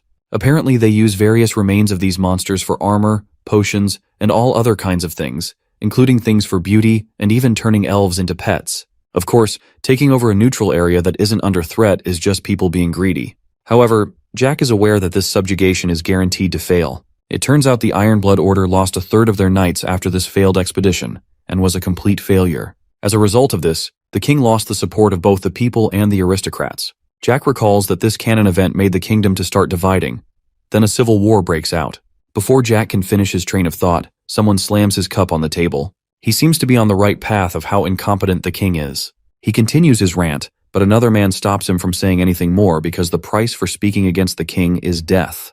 It appears our random guy had rank a bit too much, which led to his outburst. Jack commends the dude's courage for speaking against the king, since that's a one-way ticket to losing your head. Then a conversation piques his interest. It's about the youngest son of the Marquis, aka himself. The rumors of him using dark magic has also spread to this village as well, along with him being sent to jail. While Jack listens to this, they continue to laugh at and insult him. Then the innkeeper comes over with Jack's meal, wondering what he thinks is funny. He's confused by what she's talking about, then finds out he was smiling without knowing. The lady then takes a seat since she doesn't have much to do. Jack reveals what he overheard about the last son of the Marquis being an idiot, and he was just listening to it. Normally, most people draw conclusions based on rumors of things they haven't seen for themselves. But as for Our Lady, she prefers to see things firsthand. However, Jack informs her that those rumors can be true sometimes. After that, Jack takes a slice of pie. He tries it and thinks it's good, but not up to Ron level of good. However, based on the lady's opinion, seeing how handsome the youngest son of the Marquis is compared to the rumors, she doesn't believe these ones about Jack. After hearing that, Jack realizes something. From the lady's scars, muscular build, and regular customers who are mercenaries, he figures that she's the branch manager of an adventurer's guild. She's shocked after hearing this, but it seems Jack is right. He didn't just make a lucky guess. Apparently, each village has its mercenaries who are looking for work. They undertake a variety of jobs ranging from fighting monsters all the way to finding lost cats. And most times they set up their guild close to an inn. So with that, Jack is curious why an adventurer's guild branch manager is running an inn. But this is the lady's full-time job. Since work is hard to find, she has to hustle one way or another. The inn is actually a lodging facility that is run by the adventurer's guild. So Jack commends the lady for thinking of this. In House Volantier, Jack is known as that one useless child. But here, he's just another topic for the mercenaries to gossip about. So he wonders how a guild branch manager of all people could notice him in a remote area. Then it hits him. He recalls the time when he just found the village. When he arrived, the guard stopped him to do the usual security checks, but he showed the crest of his family, which is his get-out-of-jail-free card. The guard gets shocked after seeing this and begs for forgiveness for not recognizing Jack. Then they granted him a smooth entry. Jack realizes that the guards must have told the guild manager about him. While that's regarded as dangerous, she was kind to him. Not only that, she also heard all those rumors about him, but she still treated him like a normal human being, unlike his brother or the knights at home. After the lady thanks him, she puts out her hand for a handshake and introduces herself as Jane Arbeloa. Jack shakes her hand, but after hearing her name and the name of the domain, he figures she's from a noble family. It turns out she's the third child of the family, and her oldest brother is the lord of the domain. Normally, working with mercenaries is a job for commoners, but Jack is fascinated that a noble is doing it. Nobles usually have their daughters marry someone at a young age, but that wasn't Jane's case. She enjoyed her current job, plus no one in her family wanted her to be sold off. Jack is fascinated after hearing that, however. He wishes his own family was like Jane's. After that, Jane calls her dog, Arnold, and after he leaps at her, she wonders what the son of a Marquis is doing alone at Arbeloa. Jack doesn't believe he needs guards, and this response shocks Jane. After hearing that, she figures that he's nothing like the rumors she heard. But anyway, since Jack has a long journey to make, he wants to hire protection. As for how many people he'll hire, he needs 5 people and they'll have to be experienced with camping out and cooking. Then for the payment, Jack plans to pay 2 gold per person in advance, and an extra 3 for each person when they arrive at the destination. After hearing that, Jane's face lights up like it's Christmas. Jack figures it would take 30 shillings per person to guard a merchant. As for how the currency works, 100 pennies equal 1 shilling, and 100 shillings equal 1 gold. With this fact, the Adventurers Guild has just made serious bank right now. However, Jack still has to pay for food and equipment, so he wants to keep the total bill of that within 3 gold and asks for a carriage and horses as well. Seeing that she's just hit a cash cow, Jane hands Jack his room key while she goes to handpick the finest warriors the guild has. After that, Jack figures she's probably the reason why the whole village is so safe. Jack finally arrives at his room, and the first thing he does is to lie on his bed since he's exhausted. He plans to take a shower first, but he's already fallen asleep. Later on, Jack has a dream. In it, he's in some kind of cave. He's with his master who pities him and asks Jack if he wants to remain powerless. And obviously, Jack is fed up with being weak. He wants to change this about himself. So with that response, Valentine puts her hands around Jack and finally decided to become Jack's master. After that, Jack suddenly wakes up with tears running down his face. It's a new day at Arbeloa and Jane bursts into Jack's room full of sunshine. Then there's Arnold the dog who leaps at him and begins to lick his face. After that wake-up call, Jack prepares for his journey. He heads downstairs and Jane can tell he had a bit of a tough time sleeping. But anyway, she has prepared a high-quality carriage and gathered the top-level soldiers to accompany him. But out of these people, Jack notices a few of them who were making fun of him the previous day, and they are beginning to regret their actions. One of the mercenaries introduces himself. His name is John Doe and is the leader of the Fire Ant mercenaries. Jack hears this and wonders what kind of a person would have such a basic placeholder name. There's no way he believes that's the dude's real name, but he shakes him either way. They'll be heading towards Mount Boulder, and since there's hardly anything there apart from a few villages, the prediction is that they'll be camping around 2 times. John explains that a couple of the soldiers were cooks and they are experienced with camping. But Jack is bored of the details and figures he won't have to do anything. With that plan, he hands John his suitcase and they head on their way. Before Jack leaves through the door, he tells Jane that John seems like an interesting guy for someone who's using a default name. While Jack's body may have changed, his senses and eyes are still the same. A 9th circle like Ron is pretty rare, and it makes sense for him to hide his identity and power. But then there's John who's an 8th circle soldier, and he's holding back for some reason. Then again, Jack did ask for a veteran, so he can't complain. Anyway, Jack believes he'll meet Jane again, and she on the other hand wants to have some beer the next time they meet. That might be possible as long as she's the one taking the bill. So with that, Jack finally leaves the inn. So the convoy begins the journey with the shiny, brand new carriage. Jack is enjoying the ride and is relaxing on top of it. After having that time to rest, he's now in a better condition compared to the previous day. Then he notices John staring and wonders what the deal is. However, he puts that aside and calls a different mercenary. Jack asks if he knows who he's escorting. But the dude has as much confidence as your typical introvert. The only thing he knows is that Jack is the son of some noble, and he seems to be traveling the world. After that, Jack wants to ask a question. He searches through his vest and tosses him an item. It's the seal of a noble family. It seems the soldier has an idea of it but doesn't exactly know what it is. So Jack reveals that the crest belongs to House Valentier, and they'll soon be wiped out of existence. After that's been said, the atmosphere becomes pretty awkward. Jack also talks about the idiot child of the family, the same one who was also sent to jail. At this point, the mercenary has finally realized who Jack is from the obvious hints. After Jack was released from prison, he found out the rumors of him using dark magic. At this point, the soldier is regretting everything that led him to this moment. However, Jack also claims to know a bit of dark magic. After all, his master was the goat of dark magic. But seeing who Jack's dealing with, his fist would probably be enough. Next, he calls out the dude's friend. On that previous day, he kept his friend quiet when he spoke about the king, but didn't do anything when he talked about Jack. Everyone seems shocked to find out Jack is the last child of House Valentier except Mr. John Doe. So Jack figures that the branch manager only informed him and not the others. But anyway, they'll be spending a while with each other, so those mercenaries better hope Jack doesn't switch things up with them. One time skip later, it's night and the camp has been set up. With how Jack has been acting so far, the mercenaries figure that rumors are just rumors. Jack doesn't act like your default noble. He does some of his things by himself and even washed his own dishes after the meal. Speaking of meals, Jack feels sorry for Jane because the food he had at the camp was better than hers. At this point, he wants to hire them as his personal chefs. Also, he feels a bit sorry for Ron as well, who was left behind. But anyway, doing the dishes was Jack's way of expressing gratitude for the meal. Now for the next matter, they're going to draw names for who gets the night watch. Of course, Jack doesn't want his name in the mix since man takes his sleep seriously. After that's been sorted, the next thing is story time. Jack goes first, and he asks the others how many dragons they believe exist in the world. They believe that the founder of the kingdom sent them to extinction centuries ago. This is the national myth, and how it goes is that the founder of the Thessalon kingdom, King Julius Thessalon, and his two companions defeated all the dragons that took over the western continent and founded the Thessalon Empire. However, this is one of those poorly aged things.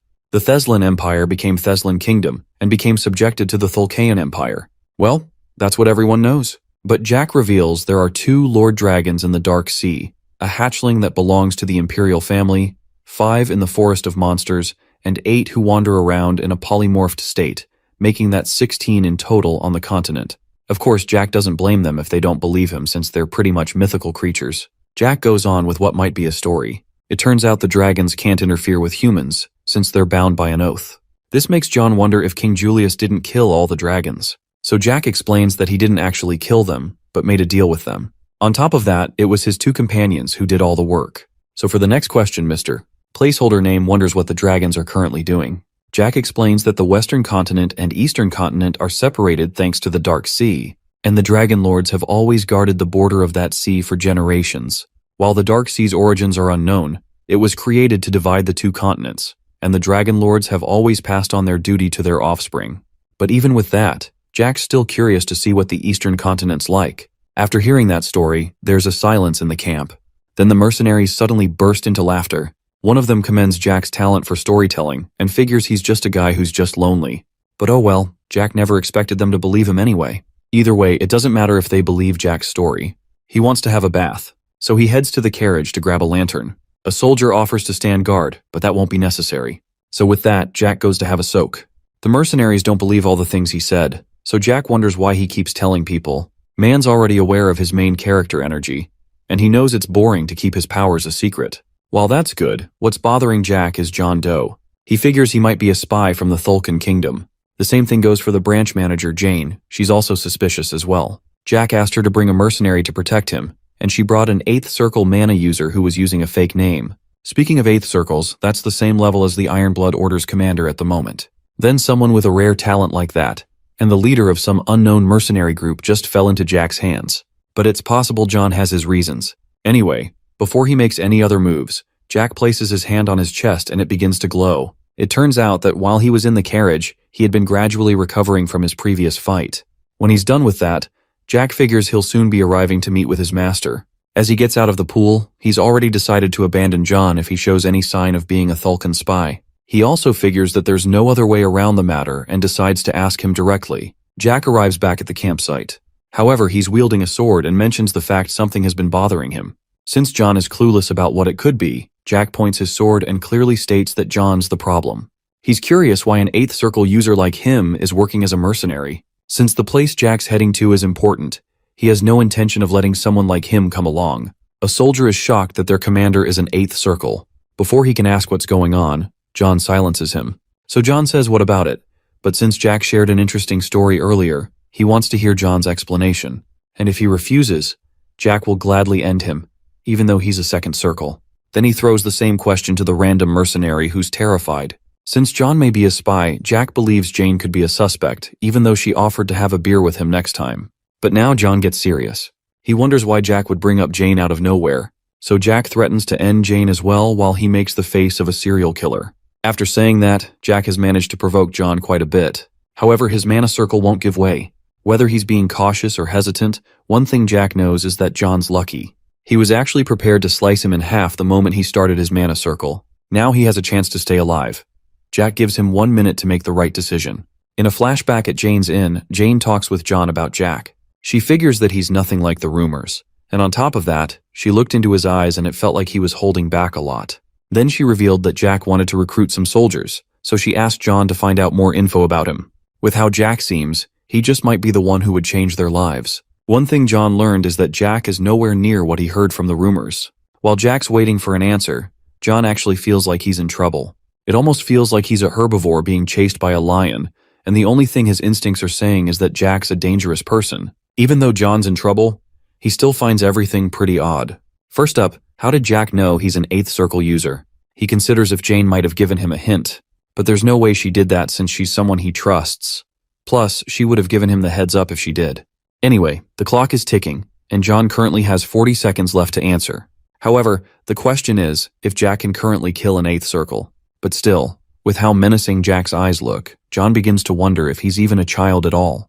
John contemplates telling Jack the truth to avoid any trouble, while the other soldiers are very confused and he thinks about what to do next.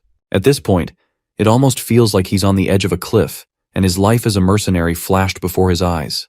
Either way, he considers himself lucky so far, so he now wants to see how far his luck will carry him and trust his instincts. While he has that internal monologue, the time is up, and Jack prepares to kill the mercenary. Then John talks about Jane, which surprises Jack. It seems she's facing some kind of situation, so Jack stands down to listen to what John has to say. John Doe's story is a love story. He was a commoner guy, and Jane was a noble girl. When John was a 7th circle user, he met Jane. By that time, she was 19, and the both of them fell in love at first sight. And ever since then, they've been in a relationship. This explains why Jane wasn't married. But still, commoner or not, an 8th circle is usually respected in some way. But here's John, who's working as a mercenary, and Jack doesn't see anything wrong with him. Of course, after hearing this story, the rest of the mercenaries are shocked by the fact he's seeing the branch manager. Judging from Jane's character, Jack figures that she might come from a family of nobles who don't care about power. So Jane is the Adventurers Guild branch manager of a small domain and John's a mercenary. Putting things together, Jack finally figures that John took on the job to see if he could get some kind of benefit. However, he could be making all of this up. So Jack uses an ability to see through him. He reminds him of the story he told earlier and asks why the Thulkan Empire would have a dragon hatchling with them. But John has zero idea of what he's talking about. Normally, a master is someone who has 10 mana circles in their heart. However, there's a secret higher level that exists. The people of this rank are called Transcendents, and they use the power of the soul instead of mana. Jack reveals that in 2 years, Hankies Beckerman, the guard of the Imperial family, will reach this level and become the strongest swordsman in the Empire. It's been a long while since a Transcendent existed. However, this guard won't get there on his own. He'll end up replacing half of his bones and blood with a dragon's, making him half human, half dragon. As a result of this insane act, he'll end up becoming a hybrid. While John doesn't see what the story has to do with anything, Jack reveals that the Thulkans currently have one dragon. Even if they're almost immortal, they can only perform so many experiments on one of them. So, the Imperial family sent people to other countries to gather information and check if a dragon existed there. After all that, John begins to laugh. He finds all that Jack said to be straight out of some novel. If he probably told this to the other mercenaries, they might just believe him. But after seeing John's reaction, Jack figures he's not a spy and now trusts him. Anyway, he passes by and he hopes the wedding between Jane and John actually happens.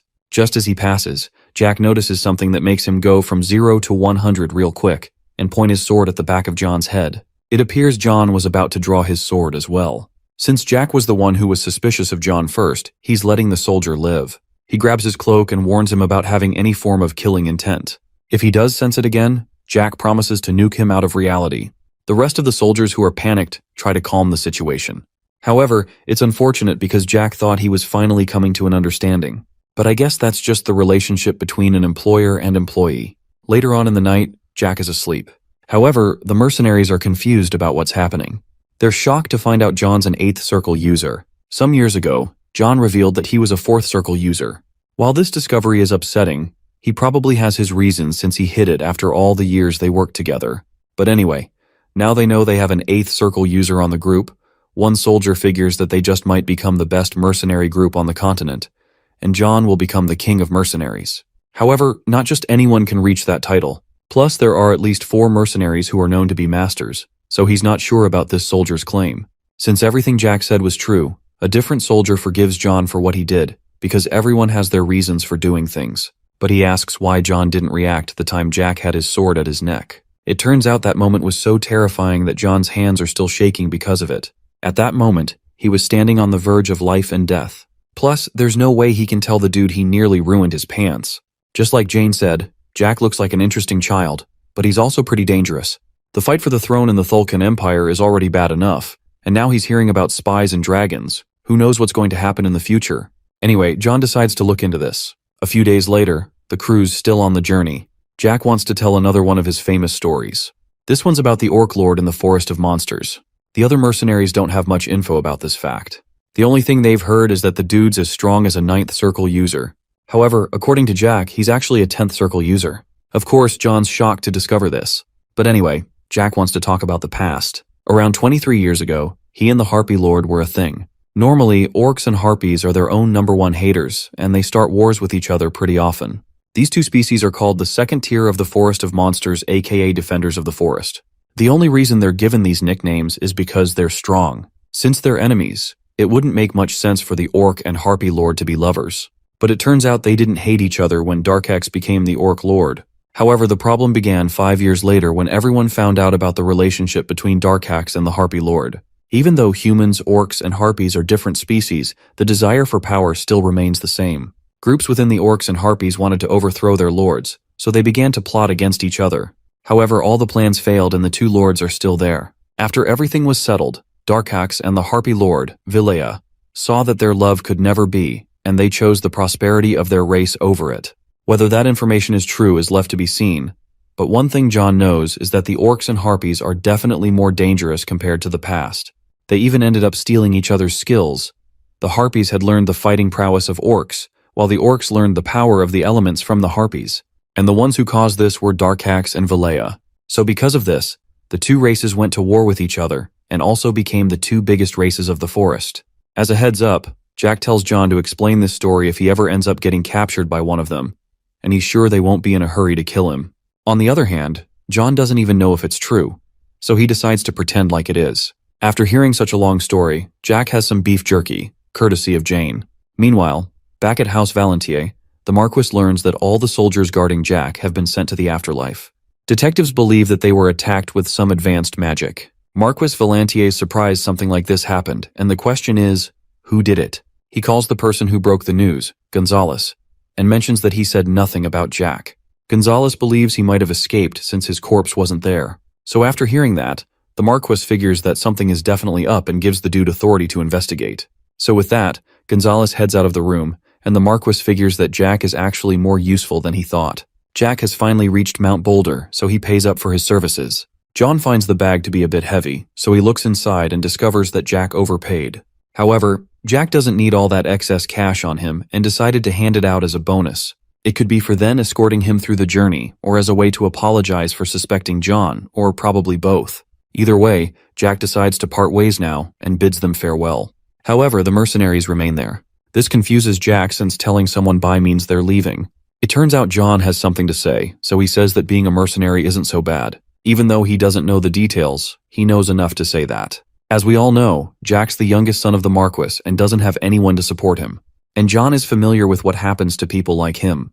So Jack figures that John is suggesting the mercenary job for him. It doesn't seem like a bad offer since it's a job that will allow Jack to live comfortably, as long as he takes the safer jobs. On a different note, while the other mercenaries may not have been aware, Jack could have killed John on that night if he wanted. John is aware of this fact. But still, it's a shame since Jack's very aware of his talent. In a world that's always obsessed with fighting, John has been hiding his power from his colleagues. But he takes the blame for that incident. In the end, Jack thanks him for the offer, but he's going to forget about it. Then he whispers a secret to John. He tells him that something big is going to happen in the Western continent, and he should hide when it happens. The instructions seem confusing, but Jack promises him it'll be worth it when the time comes. In addition, Jack tells him that he shouldn't bother with the matter. Even though money is important, one's life is even more valuable. So with that, John agrees to do this.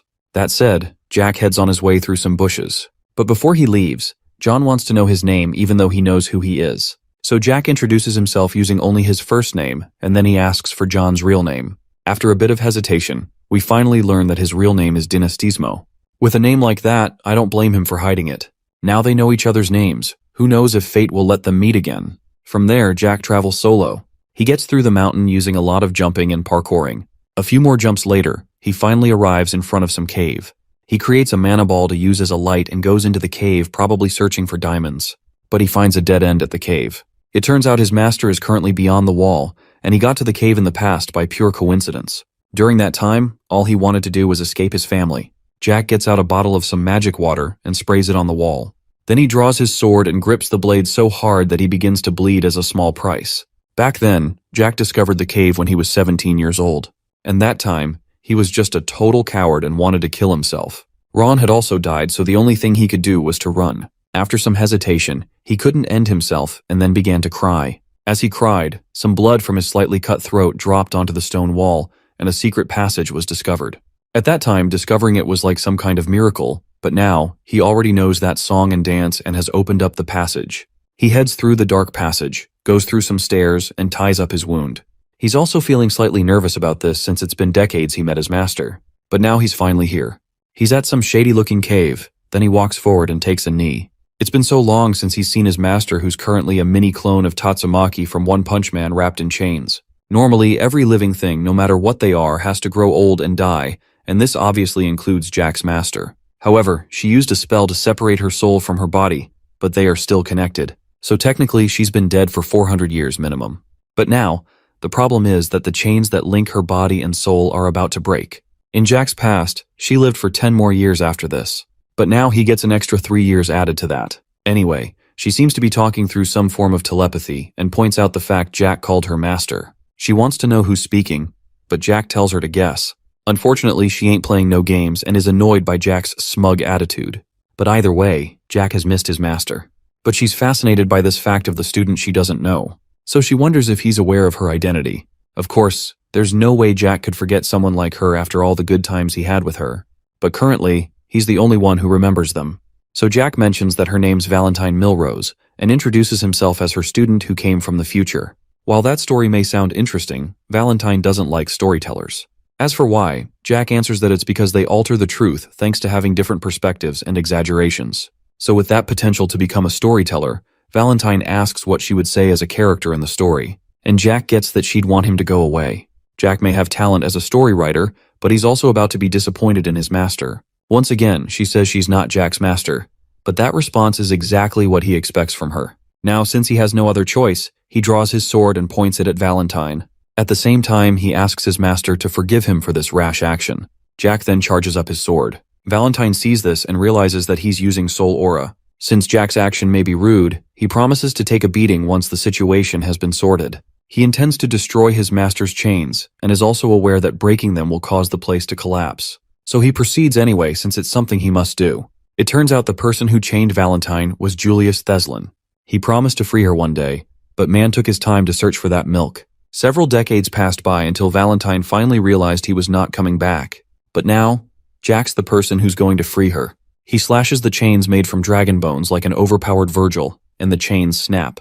After that, he catches his master who's falling from the air. Unlike Julius, Jack isn't going to randomly abandon her, and he's determined to prove it. After that short reunion, the place begins to crumble. While the boulders are falling, Jack pulls a Gandalf "You Shall Not Pass" move called Mountain. It turns out it's one of the 4 fundamental moves: wind, forest, fire, and mountain. He then stabs his sword into the ground, and since Mountain is a defensive move, all the boulders get deflected from him. Then a glint of light before a massive explosion happens. After seeing this, Valentine wonders who on earth Jack is. But just like he answered earlier, he's her student, then Jack lets go of his sword. What's surprising is that someone as young as Jack learned to use soul aura, but that's possible since he got stronger in the future. From there, Jack wants to explore the world with his master for the next 13 years. With that said, Valentine places her little bitty hands on Jack's face. This is how she finds out if someone's telling the truth, but who knows how that works. After a while, she finds out that he's actually telling the truth about the time travel thing. Now that she finally believes him, Jack collapses out of exhaustion. She then takes a seat on Jack's shoulder and points out the fact that forcing a relationship is pretty rude. However, this is one that Jack believes has to be, so he just went for it. Even though he's in so much pain, he keeps replying since he's Valentine's student after all. Then Jack finally introduces himself and hopes to get along with his master in his current life as well. 5 days later, both of them are in the town of Azenblay. However, all through the 5 days, Valentine managed to not say a single word. It seems she's been organizing her thoughts for the whole ride. Then she speaks for the first time in days. She thought that Jack could be a descendant of Theslin since it's impossible to control souls at such a young age. But it turns out he isn't one. She then makes a statement about the power of souls, then gives Jack a side-eye, expecting him to complete her sentence. Jack can remember from his past life that if he doesn't comply, she'll go Muhammad Ali mode on him. So he says that even out of the Mana Masters, only a few people can use the soul power thing. Luckily for him, that's the correct thing to say. On another note, she also noticed the insane number of people he killed in his soul. However, Jack laughs after hearing that. If he eventually decides to talk about his past life, she'll probably stay quiet for another 5 days. With the amount of people he's killed, she's sure that at this point, it's more than her kill count. Now on to another topic. Valentine wonders why Jack received a once-in-a-lifetime chance of being able to relive his life. From this, Jack figures she has been thinking about his time travel thing. After thinking about his past for a while, he has no idea why. This answer leaves his master disappointed, but it makes sense since he didn't turn back time himself.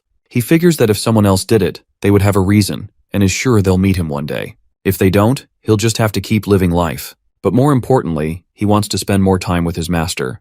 While Jack seems to have a talent for flattery, his next plan is to recruit people to his team since he'll need some help.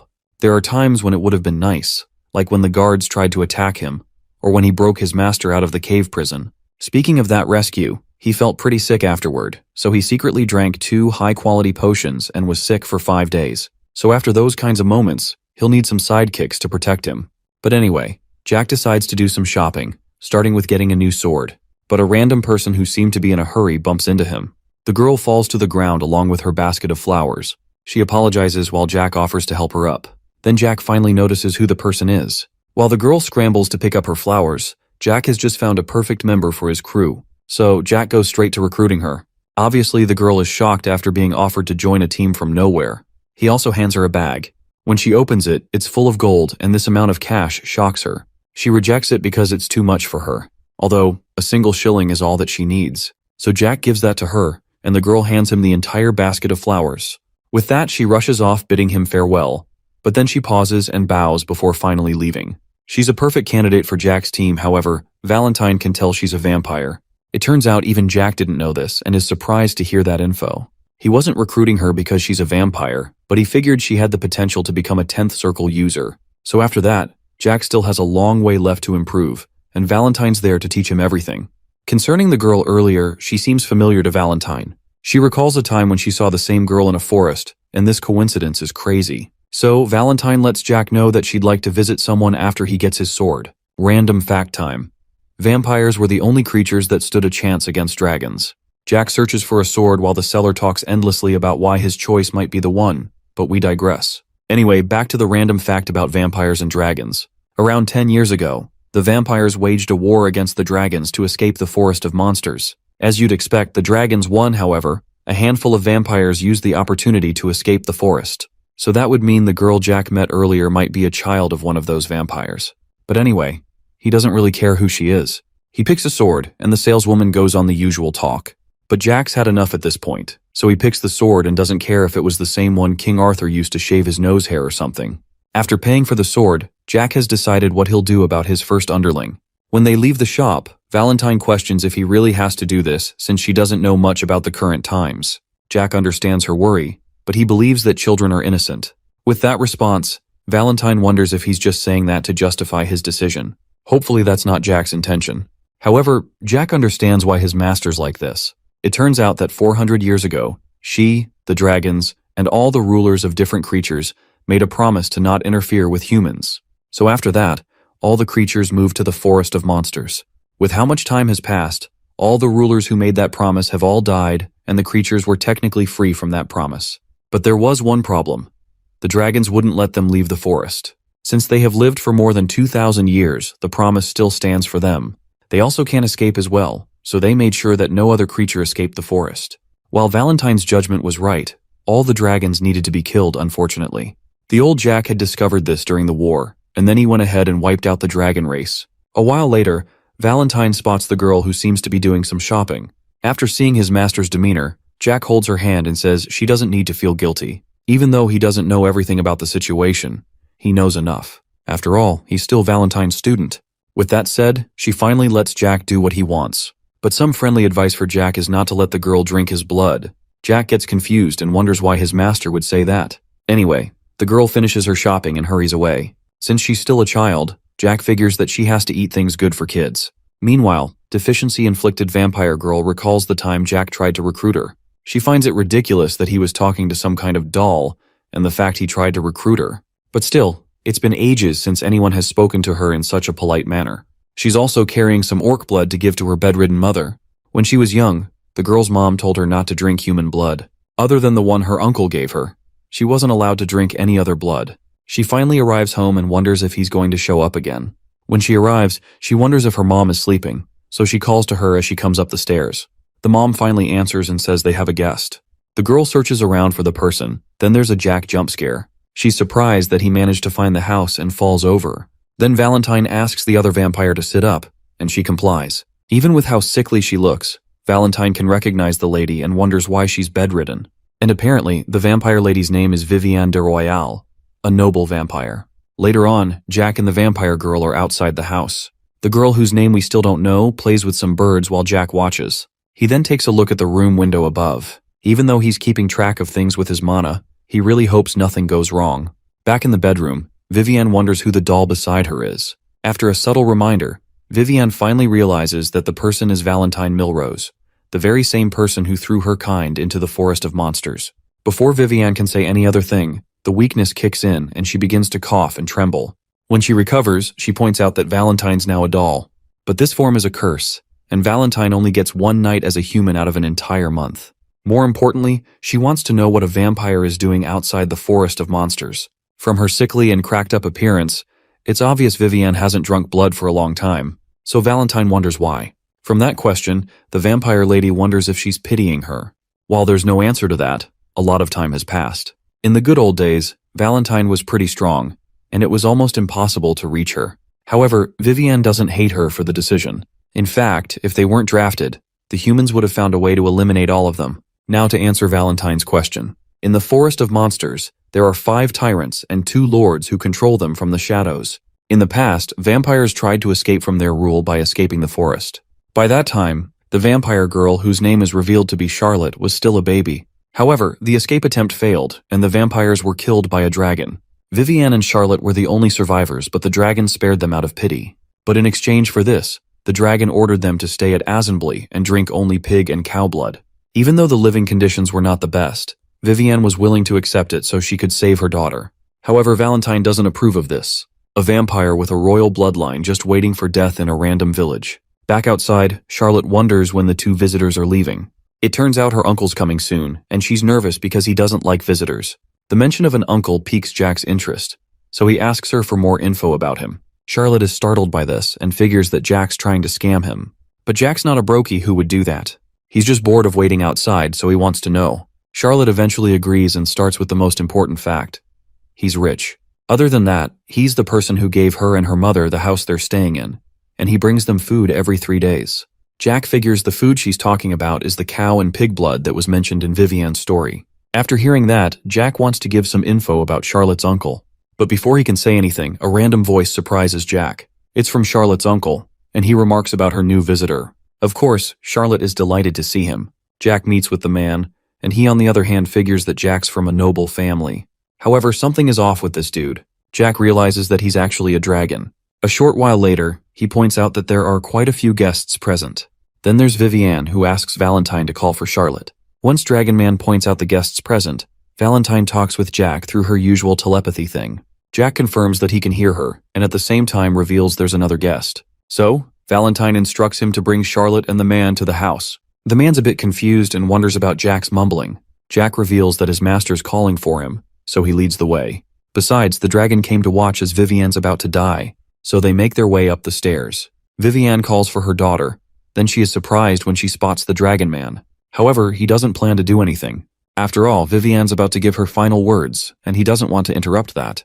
After hearing that, Charlotte becomes worried and checks up on her mother. She brings the orc blood that she bought earlier to give to her mother.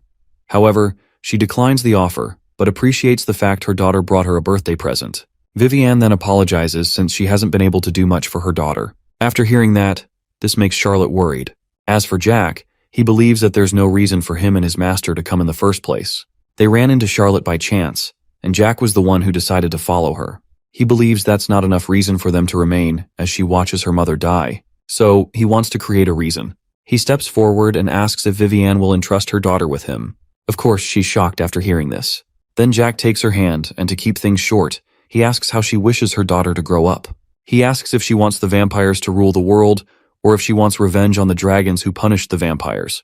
While those sound like interesting choices, Vivienne asks Jack to come closer. She points out the fact he's different from others as Valentine's disciple. However, all she wants for her daughter Charlotte is for her to live a happy life. Before she's finally over, she asks for Jack's name, and he introduces himself as Jack Valentine. With that said, Jack's sure he'll be able to take care of Charlotte. So he tells her not to worry and to rest in peace. With that, she thanks Jack for this, tells Charlotte she loves her, and finally bites the dust. From there, Charlotte begins to cry after losing her mother while Jack picks up Valentine. Then there's Dragon Man in the corner who begins to laugh after all the drama. He points out the fact Jack wants to take care of Charlotte, who looks like she's about to die as well. He continues to make fun of the vampires, but at this point, Jack has snapped and he attacks the dude, making a hole in the building as well. The dude flies out of the building, but he lands safely. He finds the fact that Jack suddenly attacked to be rude, and with that, he prepares for battle as well. He's about to do some fancy attack, but Valentine asks who he is. This action surprises him, and he pauses since he never felt any mana. Then he notices the talking doll, which is Valentine. Other than the two lords, 5 dragons stay in the forest of monsters. Valentine figures that the man isn't one of them since he's only 200 years old. So she wonders if he's a dragon that was born before that time. After hearing that, the man gets enraged that she knows something like that and wonders who she is. After the dragon demands to know who the doll is, Jack gets pretty annoyed at his attitude. Then Valentine asks to be put down. Once she is, she introduces herself to the dragon. Even this dragon is aware of Valentine Milrose. She was also called the Immortal Necromancer. However, she finds the alias to be stupid now. The dragon doesn't believe her, so she calls out 2 names, Bahamut and Volamot, and the dragon's shocked after hearing this. It turns out those are the true names of the 2 dragon lords, and only those who have seen them face to face know it. And since the doll knows them, the dragon believes that she's Valentine. What he wants to know is how she's still alive. Either way, it doesn't matter to him. It turns out our guy's a sublime fire dragon named Valactus Machiavelli, and he never expected to run into a legend like Valentine. Apparently he wanted to kill Charlotte as well. With that, Valentine orders him to leave. But Valactus isn't taking orders from her and reminds her about the promise. According to him, the dragons pitied all the other creatures and showed them mercy. And even with that, Valentine's ordering him to leave. However, this dude has been severely misinformed. It was actually Valentine who bestowed the grace, not the dragons, and Valactus is shocked after hearing this. The reason why the dragons were separated from humans was because their egos were as big as their physical sizes. Their belief that they were superior to everything was why war broke out between species. At this point, Valactus has heard enough and doesn't want to listen to an old hag. After this comment, Jack calls out to the magical lizard, and now he's pissed that an oversized 4-limbed reptile had the nerve to insult his master. After that, Valactus leaps into the air and tries to slash Jack with his claws. But Jack dodges easily and lands an easy mangy kick to the jaw. This sends him crashing into a wall. After that, Jack approaches him and lifts his chin with his foot. That's what he gets for disrespecting the master. However, the dragon's outraged by this, but Jack just tells him to shut up before he dies. Then Valactus grabs his leg and sends him crashing into the house. After a while, he emerges from the smoke and now his outfit has gotten dirty from that. Jack shows Charlotte the kind of person she considers an uncle. Then she begins to cry. Jack picks her up from the ground and lets her to take a good look at him. He's the person who killed vampires and probably killed her father, whom she never knew as well. On top of that, he toyed with her mother until she died. This is too much for Charlotte to take in. However, Jack mentions that he got her mother's permission to take care of her. While he draws his sword, Jack lets Charlotte know that her answer is the most important one. So Jack's determined to show her how powerful her protector is, as he leaps into the air to attack. Now it's time for a battle between an OP second circle user and an overgrown 200-year-old lizard. Jack swings his sword first, but Valactus jumps back, dodging Jack's attack. After a while, the two of them charge at each other to attack and exchange various slashes with each other. After that exchange, Valactus figures that Jack's not a strong mana user. Before he can finish his statement, part of his hair falls off. It turns out that was Jack's goal since it was disturbing him. Now the dragon is angry, and he's not going to hold back anymore. He fires an attack called Windcutter at Jack, but he's not bothered by it and easily blocks it. Valactus is shocked by this. He has every right to be since Jack just deflected a dragon's spell like it's nothing. Then Jack jumps in the air, grabs the dude's face and slams him in the ground. After beating him up, Jack finally remembers Valactus. He's the loser's son of another dragon named Luca Machiavelli, one of the 5 dragons who oversees the forest of monsters. Of course, Valactus is shocked by this fact. As for how Jack knows Valactus's father, he ended up cutting his head in his previous life. However, he never saw Valactus during that time. So Jack figures he died in some accident or was hiding for his life. Another thing Jack does know is that he acts just like his father. After revealing this, Valactus wonders who he's dealing with. But Jack answers that he's the student of Valentine, the person he insulted. Still, it's surprising that Jack dissolved a dragon spell since humans normally can't do that. After seeing what the strongest life form on the land has to offer, Jack points his sword at the dragon and gives him 5 seconds to bow and apologize to his master. And if he doesn't, Jack will grind him to dust and wipe him off the face of the planet, the same thing the dragon has done to others. The countdown begins while Velactus is on a knee. Just as Jack counts to 1, Velactus grows a pair of wings and flies away. Since things aren't good for him now, he has to run away. At the same time, he intends to report what just happened to other dragons. On the other hand, Jack never expected him to run away. However, he's not out of options to stop him. He prepares another attack, and then Velactus gives a look of terror. He takes a look and contemplates if Jack's launching an ICBM. But apparently, this is another one of those fundamental moves, and this one's called Wind. So after witnessing this, Velactus wonders what kind of monster he's up against. Welcome to the Shadow Realm where we have Velactus running away in fear. Then there's the Jack of his nightmares that he can't get away from. Then he trips and falls to the ground, and at this point, it's over for him. The Jack figure goes to get him. Then the real Jack wakes up from sleep and finds himself in a room he's never seen before. He takes a look around and wonders where he's at. Then Ron enters the room, sad that his master is unconscious, but he spots him awake, and they are both surprised to see each other. Ron rushes to check on Jack to see if he can still remember him, but he still remembers who his servant is and asks him to back off. What he wants to know is why Ron's with him and where he is. After some stuttering from Ron, Jack remembers about Charlotte and Valentine, and he wants to know where they are. So Ron informs that Charlotte was cleaned up, and she's currently sleeping in a different room. Even though he doesn't know what happened to her, she was pretty exhausted. Then for the random doll, he points at it, and it's currently sitting on a chair. While Valentine's not in the best mood after this, Jack's delighted to see her. When Ron discovers that the doll can talk, Jack figures that his master might be mad at him. However, she denies this obvious fact. While the master and student chat, Ron wonders how the doll can talk. On top of that, it's been on that spot for 3 days. It's a long story to explain everything, so Jack just shortens it to she's his master. Then he tells Ron to be careful of what he says to her. With how serious Jack sounded, Ron believes there's a reason for it, so he complies. With that out of the way, Jack asks for a breakdown of what happened, so Ron explains everything. The guards who accompanied Jack were found dead, and House Valentier found out. Naturally, they sent a knight to investigate, and the knight tracked Jack, believing he could explain what happened. Besides, since the crime scene was near Arbeloa, a few people must have informed him at the village. After that, there were rumors that Jack was spotted near the Azambal Duchy, but what they saw was Jack's wind attack. Then he was found unconscious and badly injured, so he was carried to a temple for treatment. They ended up feeding him 3 strawberry-flavored top-tier potions, and this is Jack's favorite flavor. But putting that aside, Jack wonders why Ron isn't doing the one thing he promised: protecting Elizabeth. So, Ron explains that the Marquis refused to let her come along in searching for Jack, and since Ron knew him well, he was sent in her place. Jack is surprised after hearing this, but he figures that his father is actually dumber than he thought. While master and servant have their reunion, a knight shows up from nowhere, and he notices that Jack's awake. Now we have the red-haired knight named Gonzalez. He's the deputy commander of the Iron Blood Order, and also in charge of the team investigating the incident. He steps forward and warns Jack about any shenanigans involving Charlotte.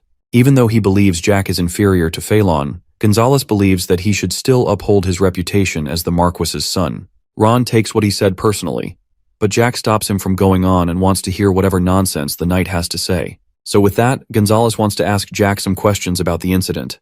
However, Jack recalls that he was given 3 top-tier potions. So, he's giving Gonzalez 3 chances to be cool. Now Jack's ready to answer with a menacing glare. Gonzalez notices something different about Jack since he normally can't look him in the eyes. Either way, he asks for what happened. Then Jack explains the exact story. The guards were given a strange order to break his limbs. In the middle of the explanation, Jack asks what's up with Gonzalez's funny face. From his expression, it looks like it's his first time hearing it. But Gonzalez wants to get back on track. What he doesn't know is that he's already on strike too. Man better pray to the Lord for what's about to happen. Anyway, back to the story.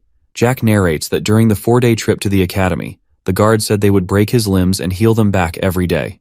As if that wasn't savage enough, the 6th Circle Knight named Raisin took things further by saying he would destroy Jack's mana circles. After that explanation, Ron's pretty nervous about what he's saying, but Jack figures that he knows what's up.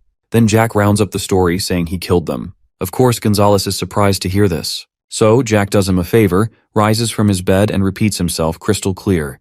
With that information, Gonzalez figures that the attack wasn't an outside attack.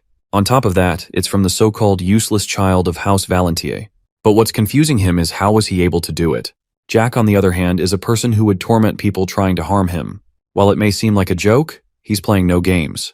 Gonzalez then warns him about his tone, and before he can go on, Ron grabs his arm and would like to talk with him. Unfortunately, Gonzalez pushes him away since he's just a servant. After seeing this, Jack finally loses it and punches him so hard that he's now unconscious. The reason for Jack's sudden action is because that's strike 3. After that, Jack begins to feel dizzy and falls on the bed. As Ron goes to check on his master, Jack points out that the dude he just punched is a 7th circle user. Then he mentions the fact Ron's always acting as that weak servant and wonders if he's tired of it. After that, Jack grabs Ron's shirt and says that he doesn't need to do that anymore. At first, he thought it would be best if he kept doing what he did, but things have changed now. He figures he should have looked out for the people who care for him, so they don't get mistreated by others. Although that isn't what Jack said before, he doesn't find the idea bad either way. So with that, Ron focuses his attention on Gonzalez. Even though Jack may not remember, he looked down on him and Ron in the past. Then Jack wonders how much time Ron will need to teach him a lesson, but a minute's enough. Now we might learn that Ron is one of the coldest characters alive. When it comes to cooking, Ron's a boss at it.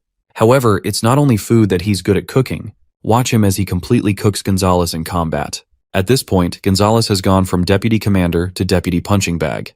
Who knew that a servant like Ron had what it takes to throw some serious hands? Gonzalez tries to fight back, but he's a lost cause at this point. Ron easily dodges his attack and strikes again. The whole commotion draws the attention of nearby staff, and they are shocked by what's playing out. Meanwhile, Jack watches the fight and Ron's movements seem familiar to him. He has seen Ron fight before, but that's only using mana and spells and stuff since he's a 9th circle mage. That means his main skill should be in magic, not physical combat. But somehow he's able to body Gonzalez even though he's not jacked or anything. So Jack figures he must have a ton of fighting experience. Even if Ron's a spy from the Thulkan Empire, Jack still won't be able to kill him or beat him up. Well, back to the fight, and Gonzalez is showing signs of being a sore loser. He yanks a sword from a nearby guard and tries to kill Ron with it. Of course, Ron's prepared for this. He closes in and lands a solid knee right to the knight's face. After seeing how his servant fights like Mike Tyson in his prime, Jack figures that it must have been tough for Ron, who had such skills, to put up with his attitude. Then he calls to Ron, who seems to be enjoying every moment of the brawl. He mentions that it's taking long to finish up Gonzalez. While Ron pays attention to his master, Gonzalez tries to land a sneaky one at 1 HP, but a single punch from Ron ends him, and he's cooked. The entire fight took 1 minute and 12 seconds, so Jack points out that Ron has to get back in shape. Then there are the 2 random guards. Jack orders them to quit staring, and they head back to their posts. Now that's over, Jack yanks the dude's hair and wants to have a friendly chat with Gonzalez. Looking at his status, he seems like a competent fellow and is Marquis approved as well. Gonzalez is outraged that a servant beat him up, but a firm tug on his hair shuts his mouth. Even though he's been defeated, he has completed his investigation and found the culprit of the incident. So, mission failed successfully. Looking at Gonzalez, he's the favorite knight of the Marquis, the 3rd most powerful knight in House Valentier, and is currently in his late 30s. But most importantly, he's a deputy commander, and it would be a waste to kill him. So, Jack asks if he's interested in becoming an 8th circle user, and a commander at that. But Gonzalez is surprised at the way things are going. But to gain those things, Jack asks that he promise him one thing. However, before we can hear that promise, Ron sees the conversation and figures that Jack is up to his usual schemes. But anyway, he's glad about the fine young man his master has grown into. Then he gets poked on the knee. He spots Valentine and gets on a knee since she's the master of his master. But she skips the chit-chat and asks if he's associated with Dakwon, and Ron is shocked after getting this question. Valentine wonders if Ron is associated with Dakwon. Looking at his past, he became a 9th circle user around 20 years ago. Since he became a 9th circle user in his mid-20s, he must have held a high spot in Dakwon. But now Ron's glory days are gone and he's a servant. Not only that, he also had the potential to become a 10th circle or even control spirits. Then Valentine asks if it has been 20 years since he last used mana. Well, kind of. It has actually been 19 years. From the moment he stepped foot in the Marquess's estate with Jack and Elizabeth's mother, he never used mana again. However, the only time he used mana was to chase after Jack. Even though it doesn't seem of any importance currently, Ron doesn't regret being giganerfed to the Phantom Zone, and also doesn't care about being looked down on as a servant. He has no interest in fame and is fine with just serving Jack. Valentine has been curious about Jack's talent so far, but now she's seen that a warrior of Dakwon is willing to sacrifice his life for him. Then she wonders if he's aware of this. Apparently, Jack had told Ron that he had a hunch about his past, but he decided not to dig into it. So Ron's positive that Jack knows of his past, but doesn't want to make a big deal of it. However, it appears Jack hasn't been listening to the conversation. If he was, he would have asked what on earth a Dakwon is, since there's a lot he still doesn't know. Anyway, back to Jack, who's busy threatening Gonzalez. He asks the frightened Gonzalez once again if he would like to become a commander. At this point, Gonzalez is speechless and stutters in fright.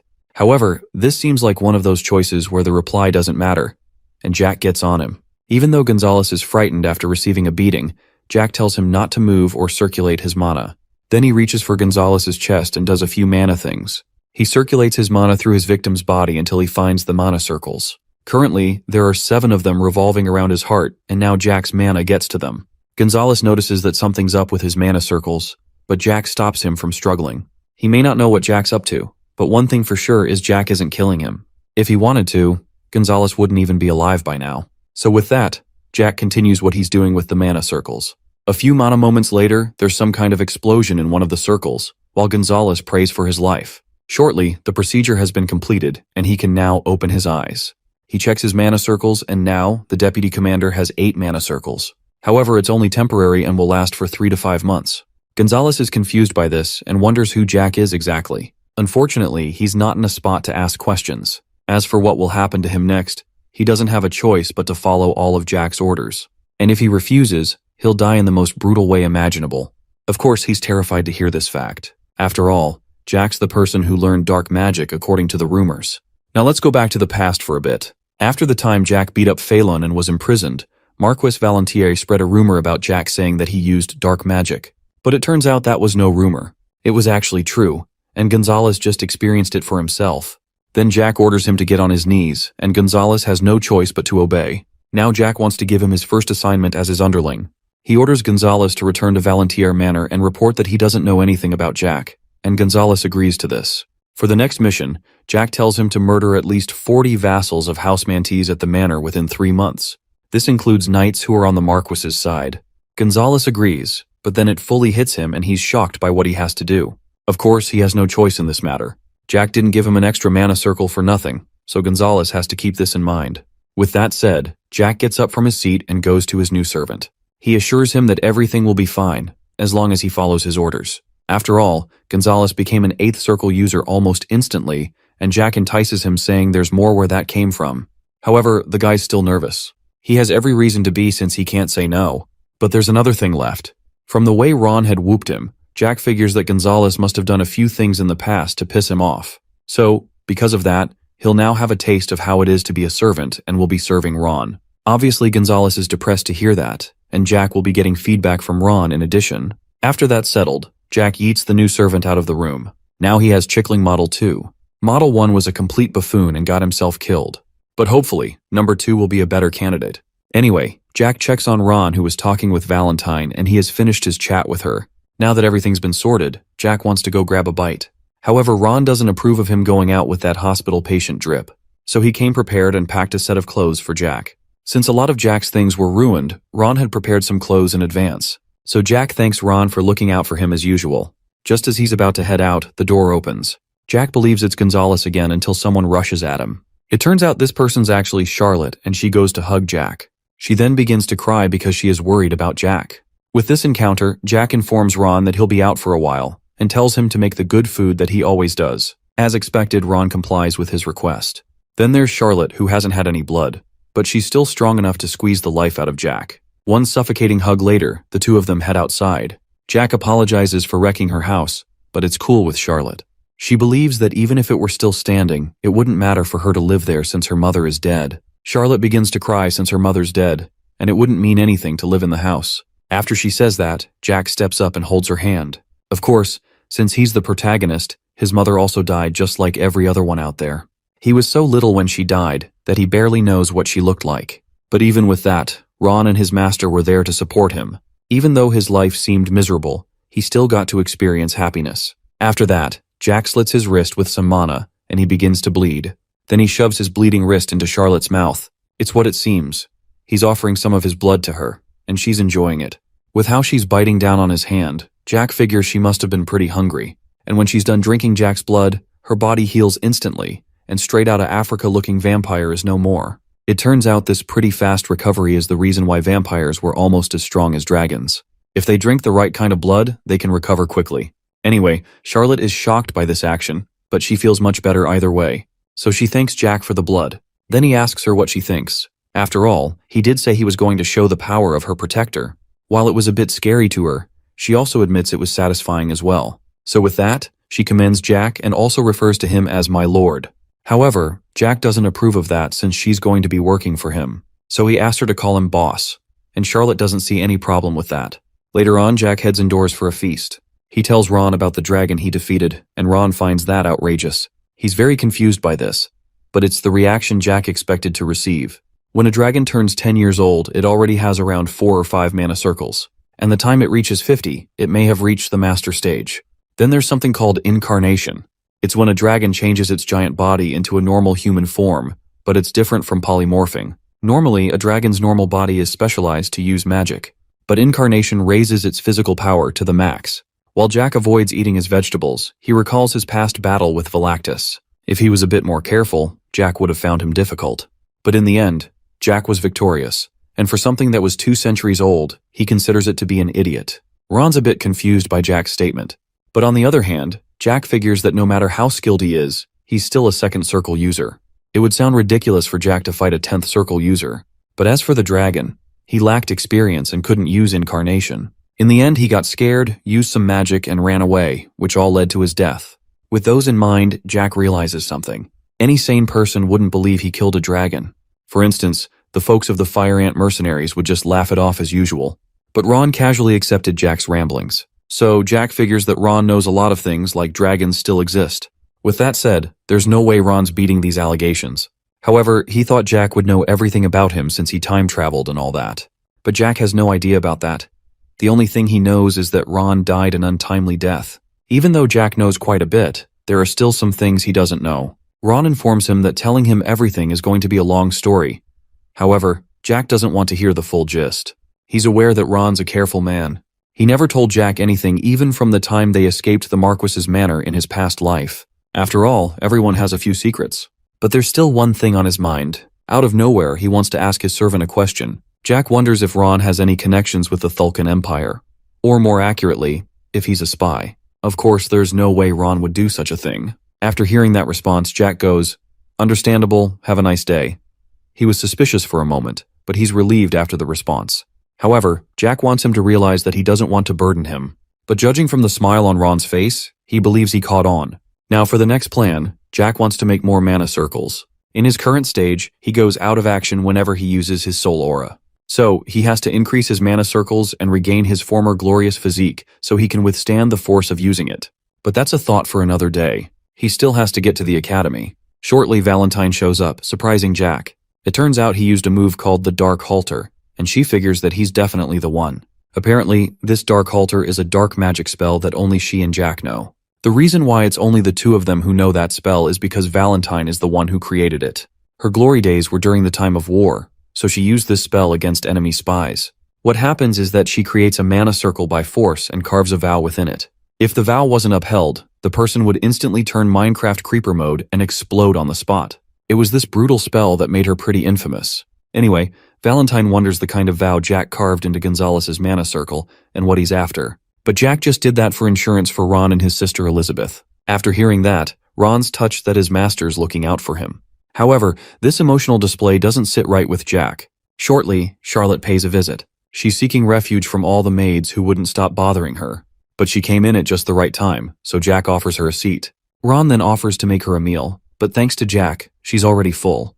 And Ron's confused by this. Jack intends to let Charlotte attend the academy as well, so he asks Ron if that'll be possible. But Ron considers himself as just a mere servant. While that's true, he's still a competent servant. Even with all that competence, Jack wonders if he still doesn't know anything. Now Ron's put on edge and he still claims to not have a say. Since he refuses to talk, Jack decides to take matters into his own hands. After hearing that, Ron advises him not to threaten people, but surely that isn't Jack's intention, right?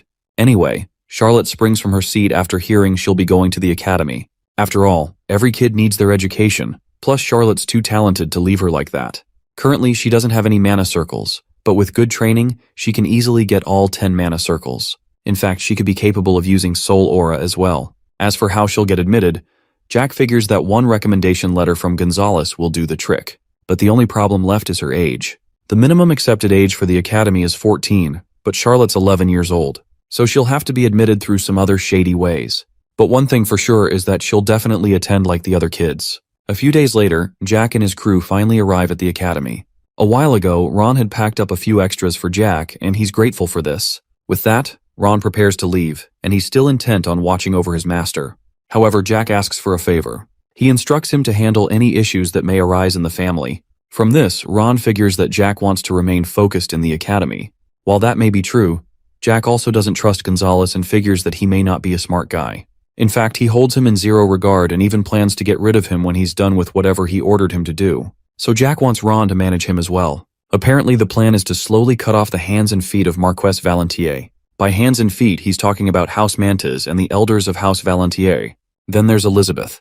Jack figures that she's way too kind.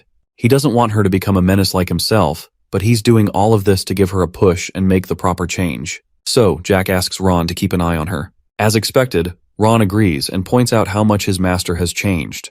After that, the gates to the academy open up. As Jack and his followers enter, Valentine notes that he has a pretty loyal subordinate. To Jack, he's not just any subordinate, but a good person as well. Then there's another good person, and that would be Jack's master. Somehow Jack's words get to her, and she's flattered. Meanwhile, Charlotte is amazed to see a place like the academy since it's her first time. Shortly, a maid welcomes Jack, and Charlotte retreats back to him like it's a reflex. The maid then bows and reveals that the headmaster is waiting for him. Jack goes to meet him, and the headmaster has heard all about his antics. The rumors about buildings being destroyed and finding a child noble covered in blood have all spread around. On top of that, Jack made all those headlines. He scans the room he's currently in since it's been a long while he's visited. The headmaster's name is Rommel Einhard Assenblay, a former Duke of House Assenblay. However, his son has taken over that job. Now, Rommel's the headmaster of the academy. From what Jack has seen, things are the same as always, just like when he came to the very same office in his past life. Back then, Jack was contemplating if it would be allowed for him to take an exam. At this time, he looked like he was in a pretty rough state, but the headmaster assured him that everything would be all right. With how his family was going, Rommel was very sure that either his father or brother would kill him before he came of age. But this situation he's in doesn't seem unfamiliar to Rommel. After hearing that, Jack wondered what he should do, but places his hand on Jack's head and says he has to figure out that one by himself. However, the headmaster did give him a single room at the dormitory and other benefits from preferential treatment. Back to the current moment, Jack's no longer that nervous child of before. He calls the headmaster old man and would like to make a deal with him. Rommel is shocked by his display of confidence in calling him that. And Jack wants to save his life one time since he's indebted to him from the past and asks for a favor in return. From this statement that Jack just made, Rommel can tell that Jack has gone through some changes. The first time he met him, he was covered in wounds and he was very timid. Now he's a different person within the 1 month he never saw him. Well, that's for the headmaster. Jack, on the other hand, hasn't seen him for 20 years. They say that 20 years is 2 epochs, and that's more than enough time to make a change. Anyway, Rommel finds what Jack said earlier to be interesting, and asks him to explain how his life will be saved. According to Jack's memories, the Thulkan Empire defeated the Theslan Kingdom in exactly 1 month. While Theslan tried their best, the Thulkans had 30 masters and most of them were turned into dragon hybrids. On top of that, they had more than 1,000 mana users who were 7th circle users and above. Comparing this with the 2 masters of Theslan and barely 100 high-level mana users, we can see how they're not winning this one. Even with that, Jack finds it crazy that it took 1 month for Thulkan. If he were the Empire's commander, 3 days would have been more than enough for him. But the reason Theslan could hold out for a month was because of the headmaster before Jack. During the time of the war, it turns out Rommel led a magic corps consisting of 700 of his soldiers. They appeared out of nowhere and fought for Theslan. If things went perfectly, Theslan would have lasted for 2 extra months.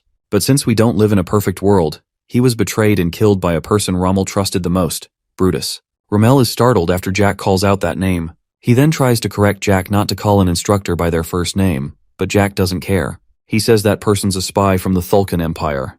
Brutus Marco is currently a 6th Circle Knight who's the assistant instructor of the swordsmanship department and a vassal of House Assenbull.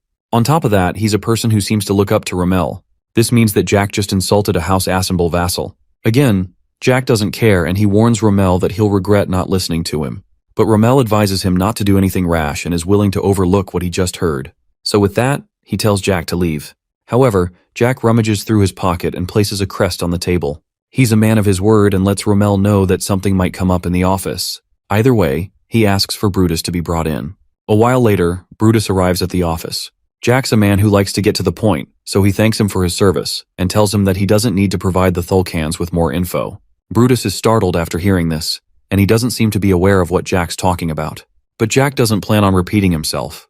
Brutus also recognizes Jack as that noble kid who was involved in an accident, so he figures that Jack must have injured his head instead of his body. Even if the headmaster spares him, Brutus informs Jack that he'll face punishment for this accusation. At this point, Jack has lost his patience and he gets up from his seat. With the crest in his hand, he punches the instructor not just for being a spy, but for also yapping. That sudden attack from Jack sends Brutus stumbling backward. Rommel doesn't interfere with the matter though, but Brutus wonders what's going on. Suddenly, Jack attacks again, and it appears he's going to fight for real. So Brutus throws a right since Jack has just assaulted an instructor, but Jack can dodge a punch like that any day, like he's Spider-Man. Then Brutus is surprised after seeing that. On the other hand, Jack can see the 6 mana circles protecting his opponent. But still, there's a weakness. Jack Sucker punches him in the gut, and it's super effective. Then Brutus is launched into some nearby furniture. Rommel is shocked to see what just played out, while Jack breaks the crest from earlier, hoping that's the only thing in the office that broke. Next, Jack approaches Brutus, who's on low HP, planning to make him confess his deeds. To be on the safe side, Jack suggests that he should peacefully turn himself in. However, Brutus still decides to play dumb. Now it's time to take things a step further. Jack places his hand on his victim's chest and learns that he has 6 mana circles, all of which he worked pretty hard to create. Since it's far more significant to break something someone worked pretty hard for, I believe we can all see where this is going. Jack wants to ask Brutus a few questions, and for each one he answers wrongly, Jack will break one of his mana circles. Of course, Brutus is terrified to hear that, but there's no time to think because a question's on the way. The first question is pretty simple. Jack asks if he's a spy from the Thulkan Empire. Chills run down Brutus's spine after hearing that, but he eventually denies that he's a spy. That's not what Jack wants to hear, so there goes one circle. In seconds, Brutus is now a 5th circle mana user. Jack asks the question again, but Brutus remains silent this time. From that, Jack wonders if he can't bring himself to confess. Normally, when someone's mana circle breaks, it can be recreated with a lot of effort. However, Jack made the case to be different. It turns out that he put some mana inside Brutus's heart, so he'll never be able to make a new mana circle, no matter how much he tries. Jack points out he'll never be able to make mana circles like the sadist that he is. But not all hope is lost. He informs Brutus that there's a way to remake a broken mana circle. As for how to recreate a broken mana circle, Jack brings up methods like the famous Thulkan Dragon Part infusion process. Just maybe that will make Brutus able to recreate a broken mana circle. After he says that, Brutus wonders how he knows something like that. Now it seems Jack's in a step in the right direction because Brutus seems to know something. So with that, Jack figures that he's gotten the green light to start with his experiment.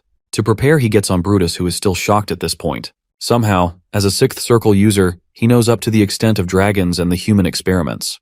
At this point, Brutus begins to freak out and wonders how Jack knows about the Thulkan's secret research. From his outburst, Jack has just struck a gold mine. But Brutus isn't going to get an answer to how he knows that.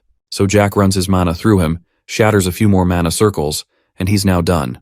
It turns out he just broke all of Brutus's mana circles, so he has nothing left of his life now. With that out of the way, Jack returns his attention to Rommel. Since he just saved the old man's life, Rommel has to repay with a favor.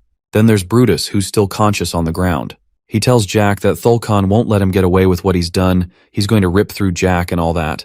But a single stomp shuts the guy up. Now that the second phase is over, Jack apologizes to Rommel since he's given him something to clean up. However, Rommel is still fascinated by Jack's sudden switch in attitude. But Jack says that he managed to change a lot in the past month. From that unclear answer, Rommel decides not to press further for more details on his change. But one thing he must know is how Jack discovered the spy, including the dragon-human experiments. Before the conversation goes into an endless side quest, Jack reminds Rommel of the deal from earlier. He seems to be aware of the signs of war that are showing up. In the Thulkan Empire, there's already a fight for the throne. This fight is between the moderate party led by the second prince of the imperial family, and the hardline party which supported the crown prince. In the end, the hardline party won, and after that, the Thulkan Empire unified the continent. However, since Jack lived in the mountains for 10 years with his master, he doesn't know the exact details. Anyway, Jack leaves Brutus to Rommel to do whatever he wants. The fact Brutus knows about the dragons means he knows more than expected. So Jack tells Rommel that he's free to gather more intel from him that will be useful to both himself and the king. However, Rommel's confused when Jack mentions the king, but what else is he supposed to call him? He definitely can't call him what's on his mind. But anyway, Jack wonders how a 6th circle knows about the experiment. At the current moment, the half-dragon experiment has passed animal testing and is being moved to the human testing stage. According to the details he heard in his past life, plus some random documents he found, this experiment was considered Area 51 level of secret, even within Thulkan. Anyway, Jack has a favor to ask of Rommel. Scratch that, he has 2 favors to ask. Since the headmaster obviously has a lot of money, his first request is a private villa near the academy, and one that has a garden at least. Rommel reminds him of the rule that all students should stay in the dormitory, but Jack says there are exceptions to rules. This was one of Rommel's teachings to him, by the way. As for his second wish, Jack asks him to admit a certain kid into the academy as a first-year student. However, this is the second semester, and students are admitted only in the first. But Jack knows that the headmaster can always work his magic around that. Rommel figures that the child Jack's talking about is the pale one outside, Charlotte. So, he's curious about Jack's relationship with her. He reveals he's her new benefactor. After hearing that, Rommel lets out a sigh and is like, "Sure thing, buddy." Jack, on the other hand, wonders why he's sighing since it's true. A while later, Jack comes out of the office, and Charlotte is excited to see her boss. After Jack gives her some head pats, she wonders if the academy will be her new school. Jack tells her it will be, and she's delighted to hear that. But shortly, her smile turns upside down. Since she looked happy literally seconds ago, Jack wonders why the sad face. It turns out she never expected to attend the academy. Normally, the academy is a place for only humans, and as we all know, she isn't one. So she's upset with this fact. However, Jack wonders why that matters and asks if she's ashamed of being a vampire. But of course she isn't. While Jack isn't in the position to say this, he considers Charlotte's fate to be really unfortunate. Her family, House Royal, ruled for generations. The name alone is a dead giveaway that it was a royal family of vampires. But now most, if not all of them, have been killed, including Charlotte's father. Her mother, Vivienne, was her only family left, but we all saw how that turned out. But even with that, Jack tells her to have pride in herself, and not to get involved in what she is. Regardless of what she is, she's still Charlotte de Royale. And as for Jack, he still intends to keep his word and take care of her. As her benefactor, he's willing to take care of her requests, whether she wants to become a queen or rebuild her tribe.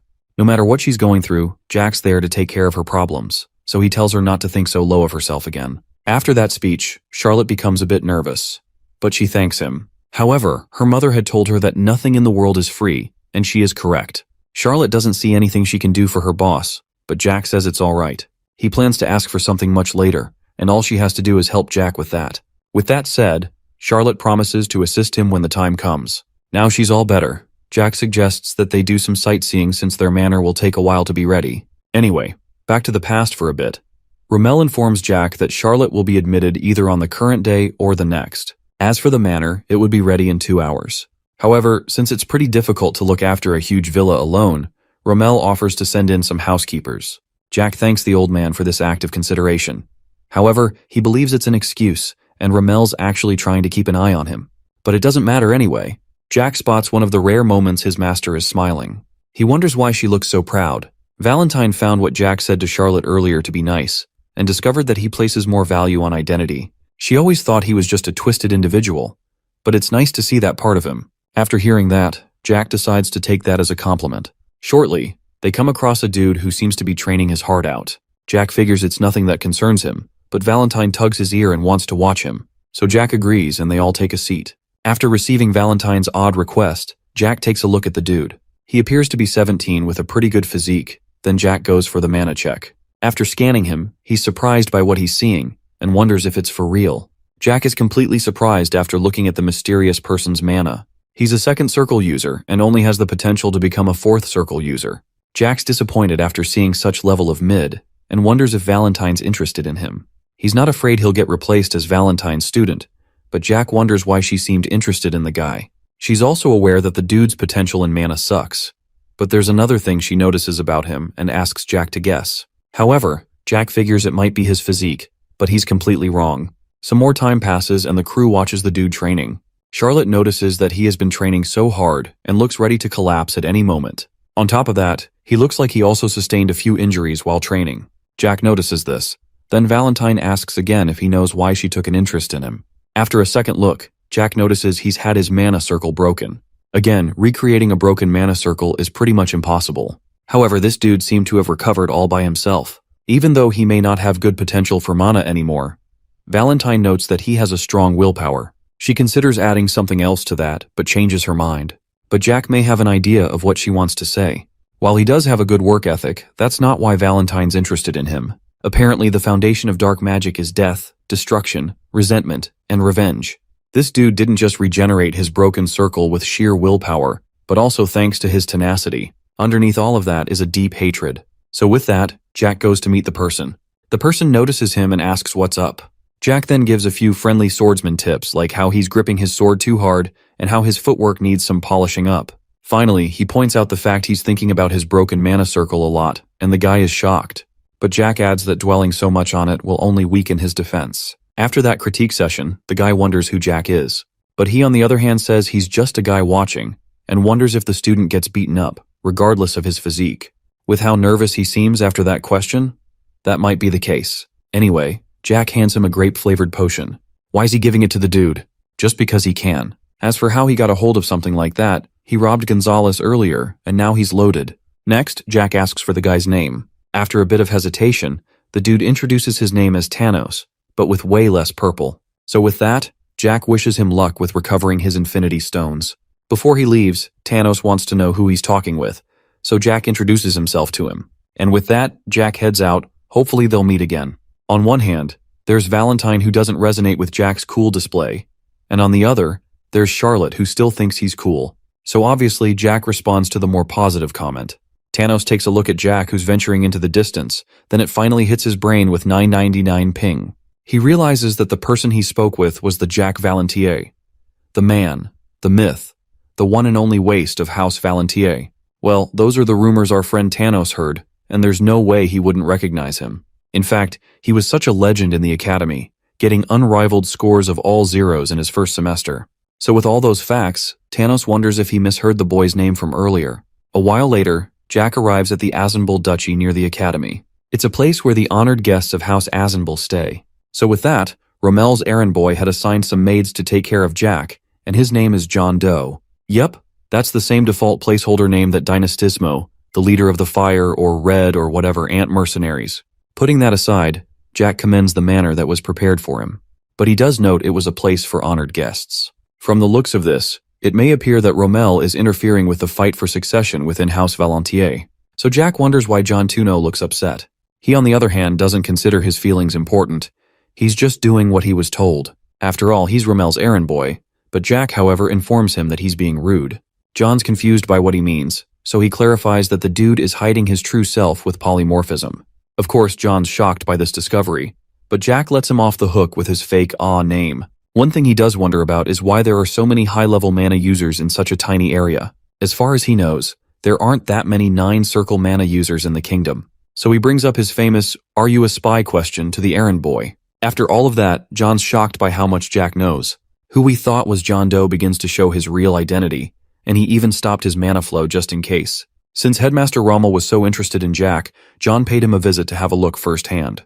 Then we learn the man's real name is Bellamy Craig, head of the Magician's Tower of the Theslan Kingdom. Back to the past once again.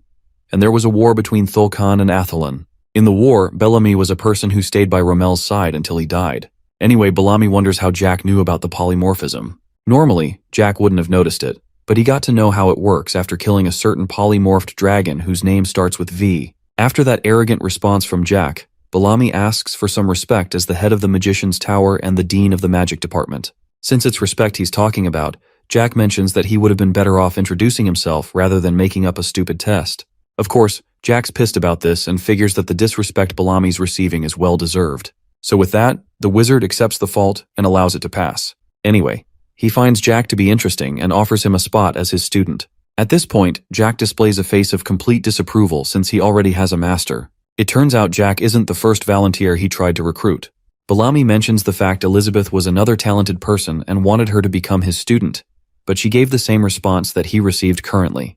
However, after seeing Jack's potential, he's never going to give him up. So Bellamy holds Jack's hands, asking him to become his student, and is never going to let him down. Jack still has a master, but the man doesn't care. While the kidnap attempt goes on, Valentine finally speaks and asks for the mage's name. While Bellamy's surprised about the talking doll, Jack introduces the guy to her, including the fact he's the head of the Magician's Tower. So with that, Valentine figures that he's qualified to become a 10th circle user soon. She then points out the fact he was attacked just before he could become a master, and Bellamy is shocked that she knows that. She can tell from the traces of a 10th circle within him. However, this concept doesn't sound strange, since it's something that happens to those who had their mana circles broken. Anyway, Valentine tells Bellamy not to give up. Even though it's impossible to grow at his age, he still has the potential since he nearly made it before. After all, the Magician's Tower is a place for those who don't give up, and he has to live up to his title as head of the tower. After hearing that speech that sounds like it's from a self-improvement podcast, Bellamy wonders who the doll is.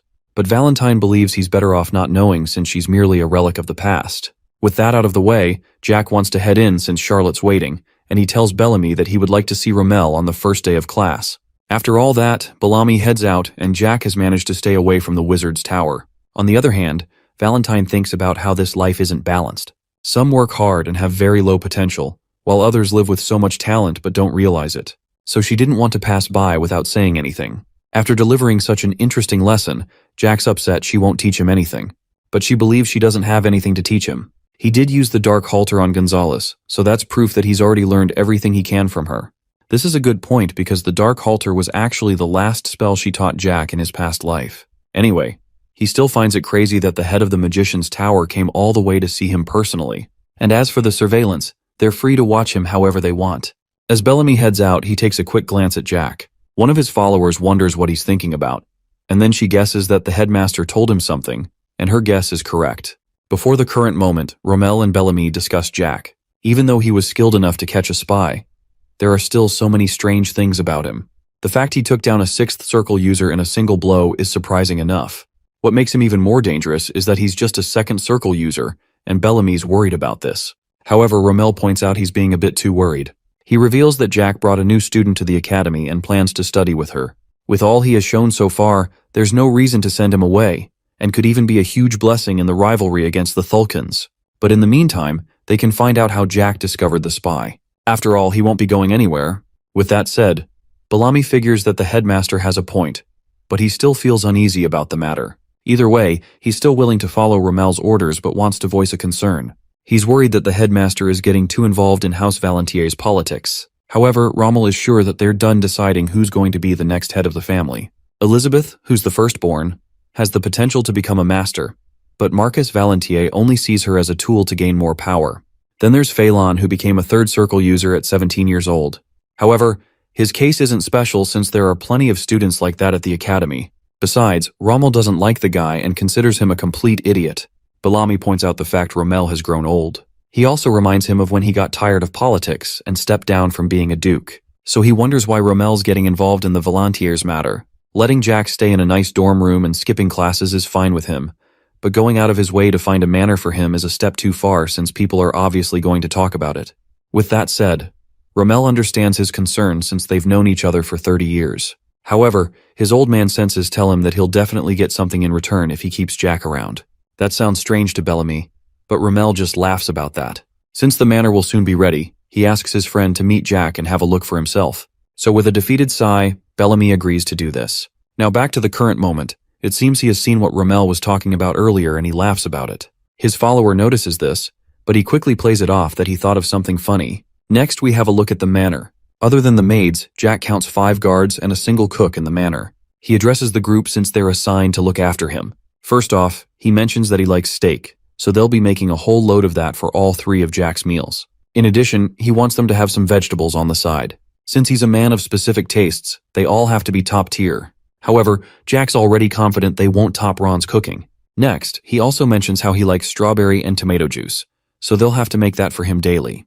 The guards heard all that loud and clear, however. Since they've all been assigned to Jack, he intends to make the most out of them. Well, at least most of them. He gets to the cook whose name is Gwyness, and he looks like his soul has been drained, so Jack skips him. As for the rest, Jack couldn't bother remembering all their names, so he calls them the Quintet. Anyway, he reveals they have been trained under the headmaster, and they are shocked after he says this. He also notices that everyone has had a broken mana circle, so he tells them about Tanos, and says they should work hard like him. One of the guards is shocked after he reveals this, so he wonders if the headmaster gave him a heads up. But Jack doesn't intend to answer the question. Shortly, Charlotte calls to Jack and is amazed at how large the manor is. So, Jack takes his leave and decides to look around the place with her. Jack acquired his new manor on the 9th of August, and classes start on the 16th. Currently, it's the 14th, and Jack has enjoyed the past 5 days at the manor. He did several activities like shopping with Charlotte, sightseeing, eating some good food, and even watching a play with his master. With all the activities he experienced, this could be the most peaceful time he's ever had in a long while. However, there are 2 things on his mind. First, he has to keep training and remain in shape, even though it's hard to forget how to use mana or fight. While he runs, Charlotte catches up with him and she seems to copy everything he does. But of course, there's no way Jack's going to slow down for her. After a while, the 2 of them are exhausted from the run. Then Charlotte asks if Jack's going to see someone, and he is. This brings us to the second thing on Jack's mind. He goes to watch Thanos, who's training as always, and wonders if he ever gets tired. After watching him do the same thing for 5 days, Jack now believes that Thanos is a very hard worker. He wasn't born with any talent, but he seems to be the most diligent student in the academy. After a while, Jack spots Thanos' wounds. At this point, Jack calls him out and wonders why his wounds always keep getting worse every time he spots him. As for why Jack's asking, he was wondering if Thanos used the potion he gave him. Then he hands him another one. However, Thanos seems a bit troubled as he receives the potion, and Jack notices this. Thanos points out that one of them costs 40 gold and wants to repay Jack for it. However, this doesn't answer Jack's earlier question. After taking another look at the wounds, those aren't just any scratches. Several of Thanos' bones have been fractured. With those, Jack figures that he must be in pain at this point, and he's been enduring all of it to train for the 5 days. This feat is impossible for a lot of people. Thanos heads back to training, and Jack believes that he does this for the entire day. One thing Jack wants to know is why Thanos always gets beaten up, despite having such strong willpower. Unfortunately, he doesn't answer the question and continues to train. Valentine finally speaks up about him getting ignored. While Jack finds Thanos' efforts to be adorable, Valentine feels sorry for him. Since Jack's a student of hers, he should see that Thanos is harboring so much hate and ambition in his heart. Fortunately, Jack does notice it. While those are the dude's main driving forces, they're also stopping him from controlling himself. Since it's pretty clear his progress will be regressing, Valentine can't help but feel sorry for him. However, Jack's translation to his master's language is, "You've watched him for too long. Are you recruiting him or not?" So, Jack calls to Thanos again and asks him why he's training with a sword. So Thanos replies that he aims to become the greatest swordsman on the entire continent. After hearing such an ambitious goal, Jack begins to laugh out loud. Thanos figures. It's one of those laughs where the person thinks his dream is ridiculous. But Jack clarifies that he wasn't laughing at him. He just couldn't understand what kind of ambition Thanos had in his heart. But now he gets it. From there, Jack approaches him, and Thanos wonders what's next. Then out of nowhere, Jack asks if he would like to become Chickling number 3. Meanwhile, there's Charlotte, who's happily running as she brings some water for the other 2. She then spots them at a distance and wonders if they're in the middle of a conversation. As for the conversation, Jack asks Thanos to become his Chickling, and he's obviously startled by this request. Thanos believes he misheard in some way, so he confirms whether Jack said chicking, and that is no mistake. So Jack repeats the question. However, even though Thanos doesn't know what that means, his instincts immediately tell him that it's probably not good. Jack notices that he's on his toes, so he rephrases the question using a more harmless word like freeloader. However, Thanos has been pushed beyond the depths of confusion at this point, so he tries to clarify what Jack means by that, believing he's talking about being a vassal, and Jack says it's something similar. Thanos doesn't believe he's a worthy candidate since he's a commoner, broke, and pretty much has nothing. However, Jack doesn't seem to care about that. Thanos knows the rumors around House Valentier, but he points out how Jack seems to be much different from them. Obviously, Thanos has heard of him as a student of the Academy, but still, Jack doesn't seem to be concerned. In the end, Thanos asks him to search for another person as a vassal, since he doesn't think he's worthy enough. Apparently, he seems to be worried about Jack. But anyway, Jack reminds him of the dream he has to become the best swordsman that no one ever was. So that would mean Jack will get to have the greatest swordsman ever as his vassal.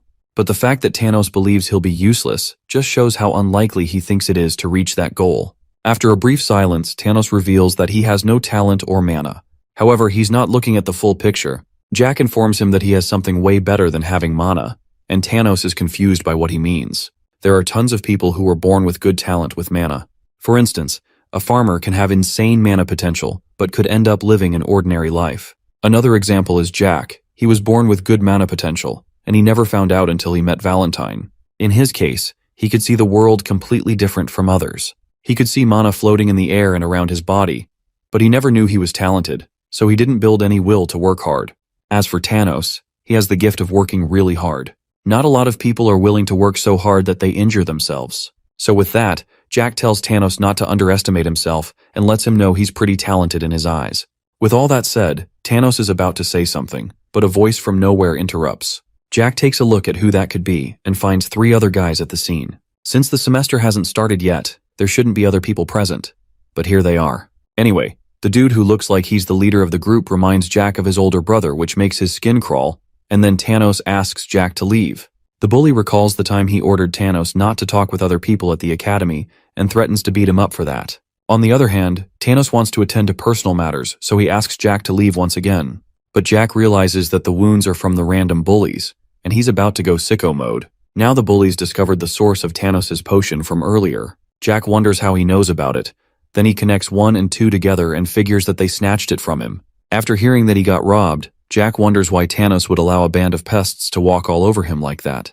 However, the bully leader doesn't seem pleased with that tag. For the 1000th time, Thanos asks Jack to leave, but he's not going anywhere. Since the 3 musketeers were the ones who stole the potion, it's now Jack's business. Next, he points out a couple of guards hiding and tells them to come out, but there is no reply. While the person whose name I don't know doesn't seem to notice any guards, Jack has decided to beat up the small fry bullies and make them come out. At this point, Jack's motivated by the power of friendship and wants to become friends with the future greatest swordsman that has ever lived. There are 5 real marquises in the Theslan kingdom. This time, we're not looking at titles given to Mana Circle users, but actual nobles with land. Out of those 5, there's House Hermann who rules over the eastern region, and the child there is a problem. His name is Dietrich Hermann, the same leader of the bullies from earlier, and he will be graduating from the academy soon. His issues all started at 13 when he killed a maid. At 14, Bro started doing drugs, and at 15, he's been focused on pleasure. Even with the rumors about how he sold drugs, he had a bright future ahead since he was the eldest son of House Hermann and was on the way to becoming its successor. However, his absolute control vanished at the academy. There were too many people watching, plus all the other children were from noble families like him. So he set out to find someone who'd be a punching bag, and the perfect candidate for this was Thanos. He was a commoner who didn't even have a family name and got admitted through questionable means. So with that, he called to Thanos and without further ado began to assault him. Of course, Dietrich was enjoying himself until he felt a crunch after another kick to Thanos. It was the sound of a bottle breaking, and not just any bottle, the potion that Jack gave to him. After seeing this, Dietrich believes that commoners shouldn't be carrying potions, and he beat the commoner up with a stick while Thanos braced for impact. And that's the story of what happened. Now, Dietrich and his gang are on the receiving end from Jack. They try to attack, including Dietrich using his stick of the past, but Jack easily counters him. While he casually destroys the victims, Charlotte and Valentine aren't even surprised at this point since it's a usual occurrence. Meanwhile, Thanos tries to make out what happened. With that out of the way, Jack's a bit tired, but satisfied, and figures that he has to increase his stamina. But there still seems to be some life from Dietrich who's outraged by what happened. However, Jack points out that his guards still aren't coming out, and they are shocked at their hiding spot after hearing that. Dietrich still doesn't know what he's talking about and threatens to contact his family, but Jack stomps his face on the ground since he talks too much. Even with that, the guards still don't want to come out. So Jack threatens to attack again, and this time, they finally reveal themselves. With how late they showed up, Jack figures that none of what they're seeing would have happened if they had shown up. Anyway, Jack seems to have attacked some important figure who he doesn't recognize, but Thanos informs Jack of who he just beat up. After that, Dietrich doesn't approve of Thanos calling out his name, but another kick from Jack shuts him up. With Dietrich out again, Jack gives the guards 3 seconds to explain why Thanos was attacked. But at this point, the time for talking is over, and a guard lunges at Jack with razor-sharp claws. Jack dodges this, but he hears another guard reciting something for a spell and is shocked about it. He recognizes it as the most advanced spell for a 6th circle, the mass destruction spell called Explosion. So with that, Jack figures they're planning to blow up the entire arena and everyone in it to smithereens. But if you ask me, that sounds pretty stupid. However, Jack figures they're quite the scoundrels for this. The fact these people want to blow up the entire area is crazy. However, Jack has something up his sleeve as well. He can make mana flow backward using one hand, so he clenches his fist and the guard's spell begins to tweak out. Then he gets a face full of explosion. Of course, this was Jack's doing, and it happened just the way he wanted. After that, guard number 2 charges again and attacks. But Jack dodges the attack and points out he's using his right hand again. Then Jack counters his incredibly simple attacks with a punch to the gut, and that seems to be a critical hit. During the ruckus, the guard draws a dagger to attack again, but Jack kicks it away from his hand. While he's recovering from that, Jack quickly gets behind the guy and traps him in a chokehold. One struggle later, the guy passes out and that's another problem taken care of. The other guard who was blown up wonders how a child managed to beat them all. On the other hand, Jack notices that all the mana in his body has been entangled. He finds it pretty stupid that he tried to use explosion in the academy of all places. The guard who's still on life support at this point is curious about how Jack stopped his spell, but Jack interrupts him since he doesn't have to answer that. He'll be the one asking the questions, so he asks the guard why Thanos was beaten up. The guard remains silent, but Jack doesn't need his answer anyway. He's sure they messed Thanos up because he's a commoner, which meant he won't be able to fight back. Anyway, Jack asks for compensation for his stolen potion. The guard informs him that this chaos caused by one potion can make House Herman become his enemy. But to Jack, that single potion is more important than whatever House Herman wants to do. Normally the potion costs 40 gold, and since 5 days have passed, there's going to be an interest. A few calculations later, the total amount Jack will take is 5,000 gold. However, he knows that a bottom-line guard like him can't cough up such cash. So he stomps the guard's back and heads over to his next target. Jack approaches Dietrich, who looks terrified, but luckily, Jack isn't going to beat him up anymore. However, he wants to collect all the loot he has. Jack has pretty much hit the jackpot. He gained 3 checks worth 2,000 gold each and a pouch of 60 gold. At this rate, he'll be making it to the top of the Forbes list.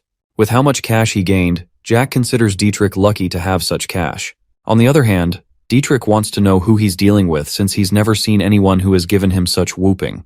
Jack then smiles and pats the guy's head. Even though the time for introduction is long gone, he introduces himself as Jack. Dietrich is shocked to hear this and instantly recognizes he's the one from House Valantier and Phelan's brother at that.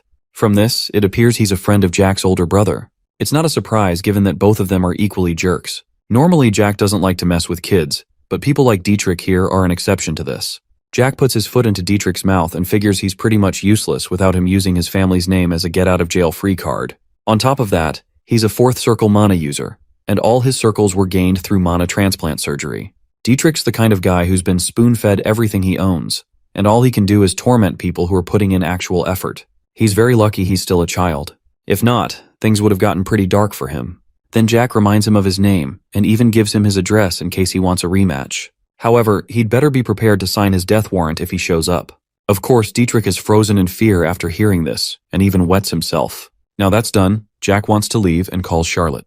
As for Thanos, the offer still stands, and he can come over if he's interested. Apparently, the half-alive chef is much better than Jack's expectation, so he also invites Thanos for a meal. But Thanos doesn't exactly know what to do next. Jack then remembers the firework festival that's coming up at night. The fireworks are just explosion spells fired at the sky, and the question is if Jack will go to see them. A festival is usually held in the Azenbul Duchy 2 to 4 days before classes start. This is normally held to welcome new and returning students to the academy. If we forget what we saw earlier in the day, the academy is a prestigious one. Several officials of high positions in the kingdom all graduated from the academy.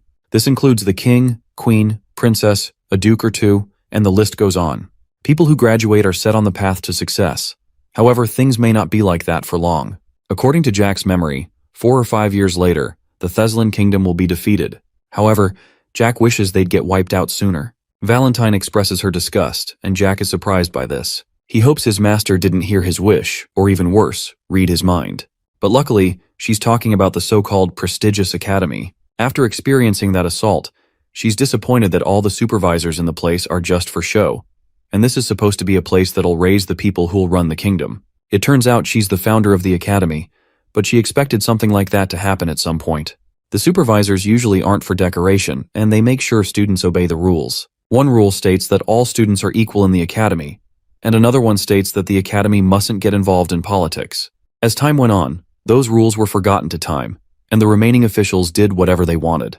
While that's disappointing to Valentine, she points out that Jack's still hiding more things, like the whole info about dragons and the Thulkan Empire. Seeing where she's getting at, Jack asks if she wants to hear the long story about that. Rather, she smiles and then changes her mind about hearing that story. Shortly, the fireworks start and they light up the sky. While all the dancing and festivities go on, Jack takes a moment to appreciate the peaceful moment. After a while, Charlotte gets curious about how her boss is such a skilled fighter. Of course, he gained all his skills from having lots of experience. From that reply, she figures that Jack must have killed a lot of people to become that good, and this confirms the fact that Jack's from the future, or rather went back 20 years in time. This conversation reminds Jack of the one he had with Ron, who's still traumatized after hearing he'll die an untimely death. Anyway, This is the first time Jack's ever meeting with Charlotte. He rarely visited Azenbul in the past, and he never saw her until the time they ran into each other. In fact, he has never seen a vampire outside the forest of monsters. On the day Vivienne died, Velactus wanted to kill Charlotte as well. This means it's likely that Charlotte died in Jack's past life when she was 10. With all those in mind, Jack wants to know why Charlotte is curious about his fighting ability. At first, she stutters, but nervously explains that she wants to become a good fighter like her boss. From this request, Jack can tell she's gone through quite a bit in the past. And now, she wants to change her powerless self. So Jack easily accepts her request, and her training starts the next day. Then she gets startled by how sudden it is. After all, she wants to become a good fighter, so the training must start quickly. For the first step, she'll start with making a mana heart. Then they'll have to see if Charlotte's more suited to fighting or magic. After hearing that, she smiles and is willing to work hard in training. Now that's settled, tomorrow's going to be a pretty busy day for them. Jack and Charlotte begin training at a vacant lot near the manor. Charlotte is exhausted, so she falls to the ground and Jack commends her effort. From that, she wonders if she's finally a mana user, and Jack says she is. Just as he expected when he saw her, she's very talented. Not only does she have a high mana sensitivity, but she's also pretty good at holding mana in her heart. It's almost like she was born for this. She managed to create her first mana circle in one day, so Jack sums that up for the day. He helps her up from the ground, but she's so tired that she immediately falls on a bench and dozes off. After that, Valentine wonders if Jack's going to tell her about her speed in creating a mana circle. Normally, this would take 2 to 3 days for a first-timer, and figures it's difficult to understand him. Even Jack agrees with this. Anyway, he figures that the head of the Magician's Tower may have tried to make her a student. But if it weren't for Jack's help, it would have taken up to a day for her to create a mana circle. Apparently, he set up a mana circle on the ground, and Charlotte can gather mana from the air with it. It also creates a wall around, and Jack can control all the mana within the circle towards Charlotte. While that may sound simple, it's not easy for anyone to pull off. Add that to Charlotte's hard work, and one mana circle is up. Valentine, on the other hand, finds it interesting after seeing how Jack is generous with those close to him. Anyway, next on the list is Thanos. Jack spots him crying, but Thanos denies doing such a thing like that and he wipes his face. After a bit of observation, Jack figures that Thanos isn't seeing much progress and wonders if he's about to give up. His accuracy seems to be on point. After Charlotte created her mana circle in 10 hours, he figures that Thanos feels inferior and wishes that she's not equally as talented in swordsmanship. Of course, becoming the greatest swordsman on the continent isn't going to be an easy goal. But at this point, Thanos feels defeated, so he drops to his knees and begins to sob. Jack discovers that, unlike his tough physical appearance, he's very soft on the inside. He then asks if Thanos is willing to throw away his dream just because of one child. So he pats his head and assures him that he can achieve his dream. However, it's still not going to be easy, no matter how much he wants it. So he has to stop crying and never give up. Thanos, on the other hand, is surprised that Jack believes in him. In fact, Jack is the first person to seriously believe him. Everyone else laughed at him since they all thought he couldn't achieve his dream. With that, Jack figures there are currently 2 kids living in his house. Anyway, Thanos reaches out to Jack and thanks him since he's the only person who believes in him. Jack never expected this adorable side of him, but he tells him to keep on working hard. As far as Jack knows, hard work has never let him down. Thanks to it, he's currently the strongest swordsman on the continent. But still, he can't help but feel sorry for Thanos and wants to cheer him on. Shortly, someone arrives at the area and Jack withdraws his hand. Now he's on full alert concerning the mystery guest that's approaching. This feeling of being surrounded is familiar to Jack, but it isn't a nice one. Like an NPC that has detected a hidden enemy, Jack's ready for battle. While Thanos is unaware of the situation, Jack orders him to get Charlotte, who's sleeping, and come to him. Thanos picks up the urgency of the matter, so he rushes off. Meanwhile, Jack searches for the quintet and Gwyneth the cook. He detects them after a while and discovers they've all been knocked out. Shortly, Thanos arrives with Charlotte and Valentine comes along too, and the attackers finally reveal themselves. The person behind this assault is Dietrich, and he's back for revenge. With how things are, Jack doesn't need to hold back anymore for the brat. After all, he did make it clear that he would kill him if he wanted a rematch. Before the epic showdown, we have a look at Dietrich's side of the story. He's destined to be the Marquis of a domain in the East. He believes that the world is run by power, and the power of one's house will become their power. Since Jack's getting in his way, he doesn't see a reason to not eliminate him. However, if he does that, he'll get in trouble with House Azenbul, specifically Rommel. But in his defense, Jack did attack him first, and he even has a witness to that. So, he could turn this encounter into another war between Houses Herman and Valentier. By his side is the master of the Pentanil Guild, Bentamon. Even though Jack may be strong, Dietrich believes a 9th Circle user is enough to take care of him. Before the attack we're witnessing, Bentamon is briefed about the mission. The target is Jack Valantier. He stays with Charlotte, who was admitted into the academy through special ways. And there's Tanos, a fourth-year student at the academy. One thing they had to keep in mind is that Charlotte's making a mana heart from the fact she's been in the same spot for quite a while. As a result, the target can't leave the training ground for a while, which is good news to Dietrich. No matter how talented she is, he believes that it will take her 2 days minimum to make a mana heart. Another bit of intel is that there's a cook and 5 servants from House Azenbul who have been located in the manor. So the plan is to knock them out and minimize conflict with House Azenbul. As for the chances that the Knights of House Azenbul will spring into action, Dietrich is positive that nothing's going to happen. Out of nowhere, a fire breaks out in the Duke's manor. Since people will be busy dealing with that, they won't have time to worry about Jack at the manor. With that, things are going smoothly, and nothing's going to interrupt them. So Operation Slay Jack is officially a go. That entire operation cost Dietrich 500k in gold to set up, so it better be worth it for him.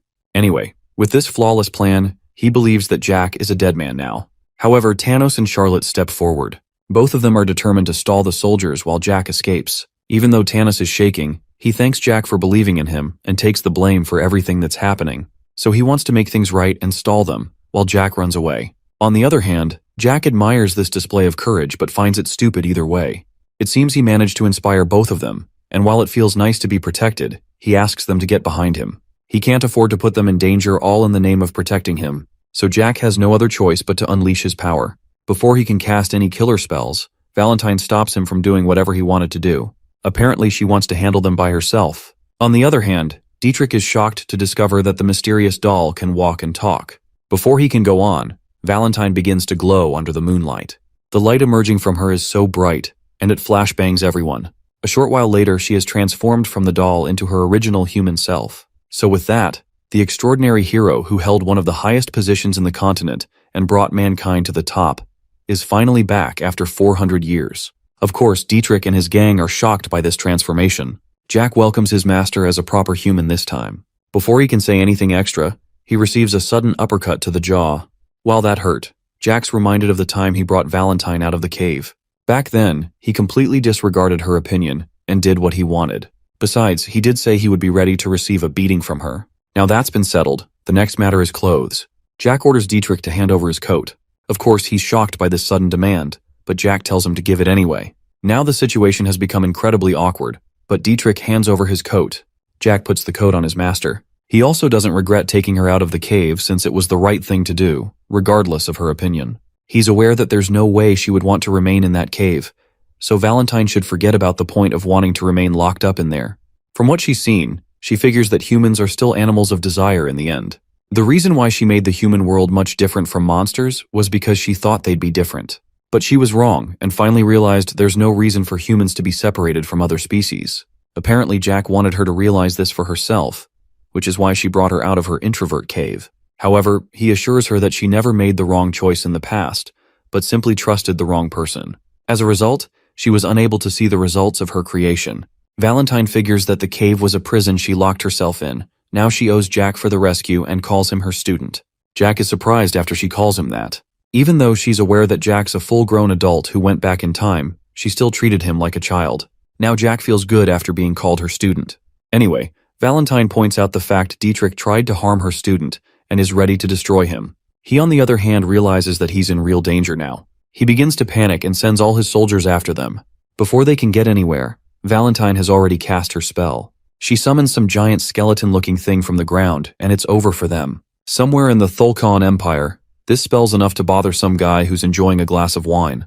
His servant calls him Henkes, the man who'll become the strongest swordsman in the empire, and wonders what happened to him. He dismisses it as nothing, but deep down, he has a feeling that something's terribly wrong. So he wonders if he's imagining things or if the world's actually going to end. Somewhere around the Dark Sea, a couple of dragons notice something about the activity of Soul Aura.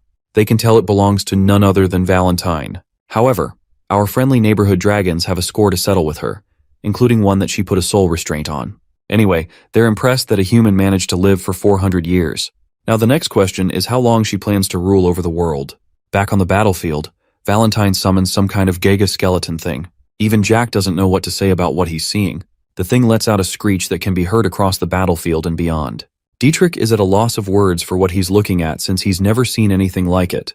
Shortly, the soldiers begin to disappear, almost like Thanos finally found the Infinity Stones and snapped them out of existence. Then it gets to Dietrich's turn, and his legs begin to disappear. At this point, he realized what he had just seen was death, straight up. Now that he realizes he's about to die, he begins to panic and freak out. Then death reaches out for him. Dietrich is terrified, so he begins to bargain for his life. Bro really thinks his life's worth 50 gold, after spending 500k just to die. Anyway, one grab later, and he finally vanishes. Now all the enemies are gone, a portal opens up and the skeletal monolith is gone too. After all that, Valentine turns to Charlotte and Thanos, who have just witnessed the true final boss and are frightened. Valentine approaches the both of them, reaches out, and pats them both. She recognizes Charlotte as the noble vampire, and Thanos as the hardworking warrior. Then she properly introduces herself to them, saying she's a relic of a past with a fool as a student. So she tells them to take care of Jack in the future. After a while, the info finally hits Thanos with his high ping brain. He mentions everything she said earlier is true, but he believes that Jack being a fool isn't true. With that said, she accepts the fault without a problem. This makes Jack wonder what's gotten into Valentine for her to admit that. However, he won't miss any opportunities that will make him look smart. Then Valentine shuts him up out of annoyance, being a person who's not easy to please. Anyway, she asks for some space and would like to talk with her student in private, so Charlotte and Thanos comply with her request. Before they leave, Jack informs Charlotte that there's some blood left for her if she's hungry, and also instructs Thanos to wake up the knocked-out workers. As they leave, Jack waves them goodbye and finds it fun to be around them. Next, Jack wonders what Valentine wishes to discuss with her one and only student. Now Jack and Valentine are alone, and something has been on Valentine's mind for a while. She's been thinking about what her student said back in the headmaster's office when he was dealing with Brutus. The thing about dragon bones and blood. Being able to live forever without growing old has been a desire for humans, and this research for immortality involved combining different races. Valentine figures that the blood and bones of dragons also play a role in this research. Normally, humans want to live a long life. Not just that, they also want to remain young for the entire period of their lives. A long time ago, people researched how to achieve this. One certain scientist gave an opinion. His idea is that living forever is totally impossible. So he suggests extending the lives of humans to thousands of years like the dragons. Races that live for a long time like vampires and dragons have different blood, bones, and organs from races with shorter lives. And it's the same thing for their cells, how their bodies age, and even mana sensitivity. So, to make humans live for 1,000 years, they carried out experiments of combining different species. I guess you can say it was kind of successful. On one end, it failed to give humans eternal youth and immortality. On the other, they were now as powerful as orcs and elves, but they could only live for 5 to 10 more years after that. This 400-year-old research is currently going on in the Thulkan Empire, and just within 2 years, they managed to make these hybrids live for 30 more years. Valentine thought she killed everyone involved in it 400 years ago, but apparently, there were some survivors. When she discovered the research back in her day, she destroyed everyone and everything that was involved in the experiment. That includes the documents, scholars, magicians, warriors, and so on. She burned all the documents and killed everyone who was involved, but she forgot one other thing, the Dragon Lord. After Jack reveals this information, she figures that the Dragon Lord offered one of their kind as a specimen to the humans as a way to break the oath. Apparently the two lords really want to interfere with humans. However, Valentine doesn't know the dragon that was used as a test specimen, so to keep things short, Jack explains that all of the hybrids in the future can use soul aura. Valentine's shocked to hear this, so she figures that the dragon the Thulkans are using for the experiment is the offspring of the two Dragon Lords. It makes sense because the two lords are the only dragons who can use soul aura, so that would mean their offspring is capable of it too. Now combine the Dragon Lord's offspring with the 10th circle users of Thulkan, and you have soldiers who can break the wall of mana and use soul aura. Anyway, Valentine has a question for Jack. She wonders what he plans to do about this. Even though she's a relic of the past and doesn't want to get involved in the world's affairs, she's still curious. Since Jack knows the future, she's positive that he has something in store and wants to know. To be honest, Jack isn't completely sure since the experiment will be completed in 2 years. His goal was to become a 5th or 6th circle in a year, then head over to the Thulkan Empire and wreck some stuff.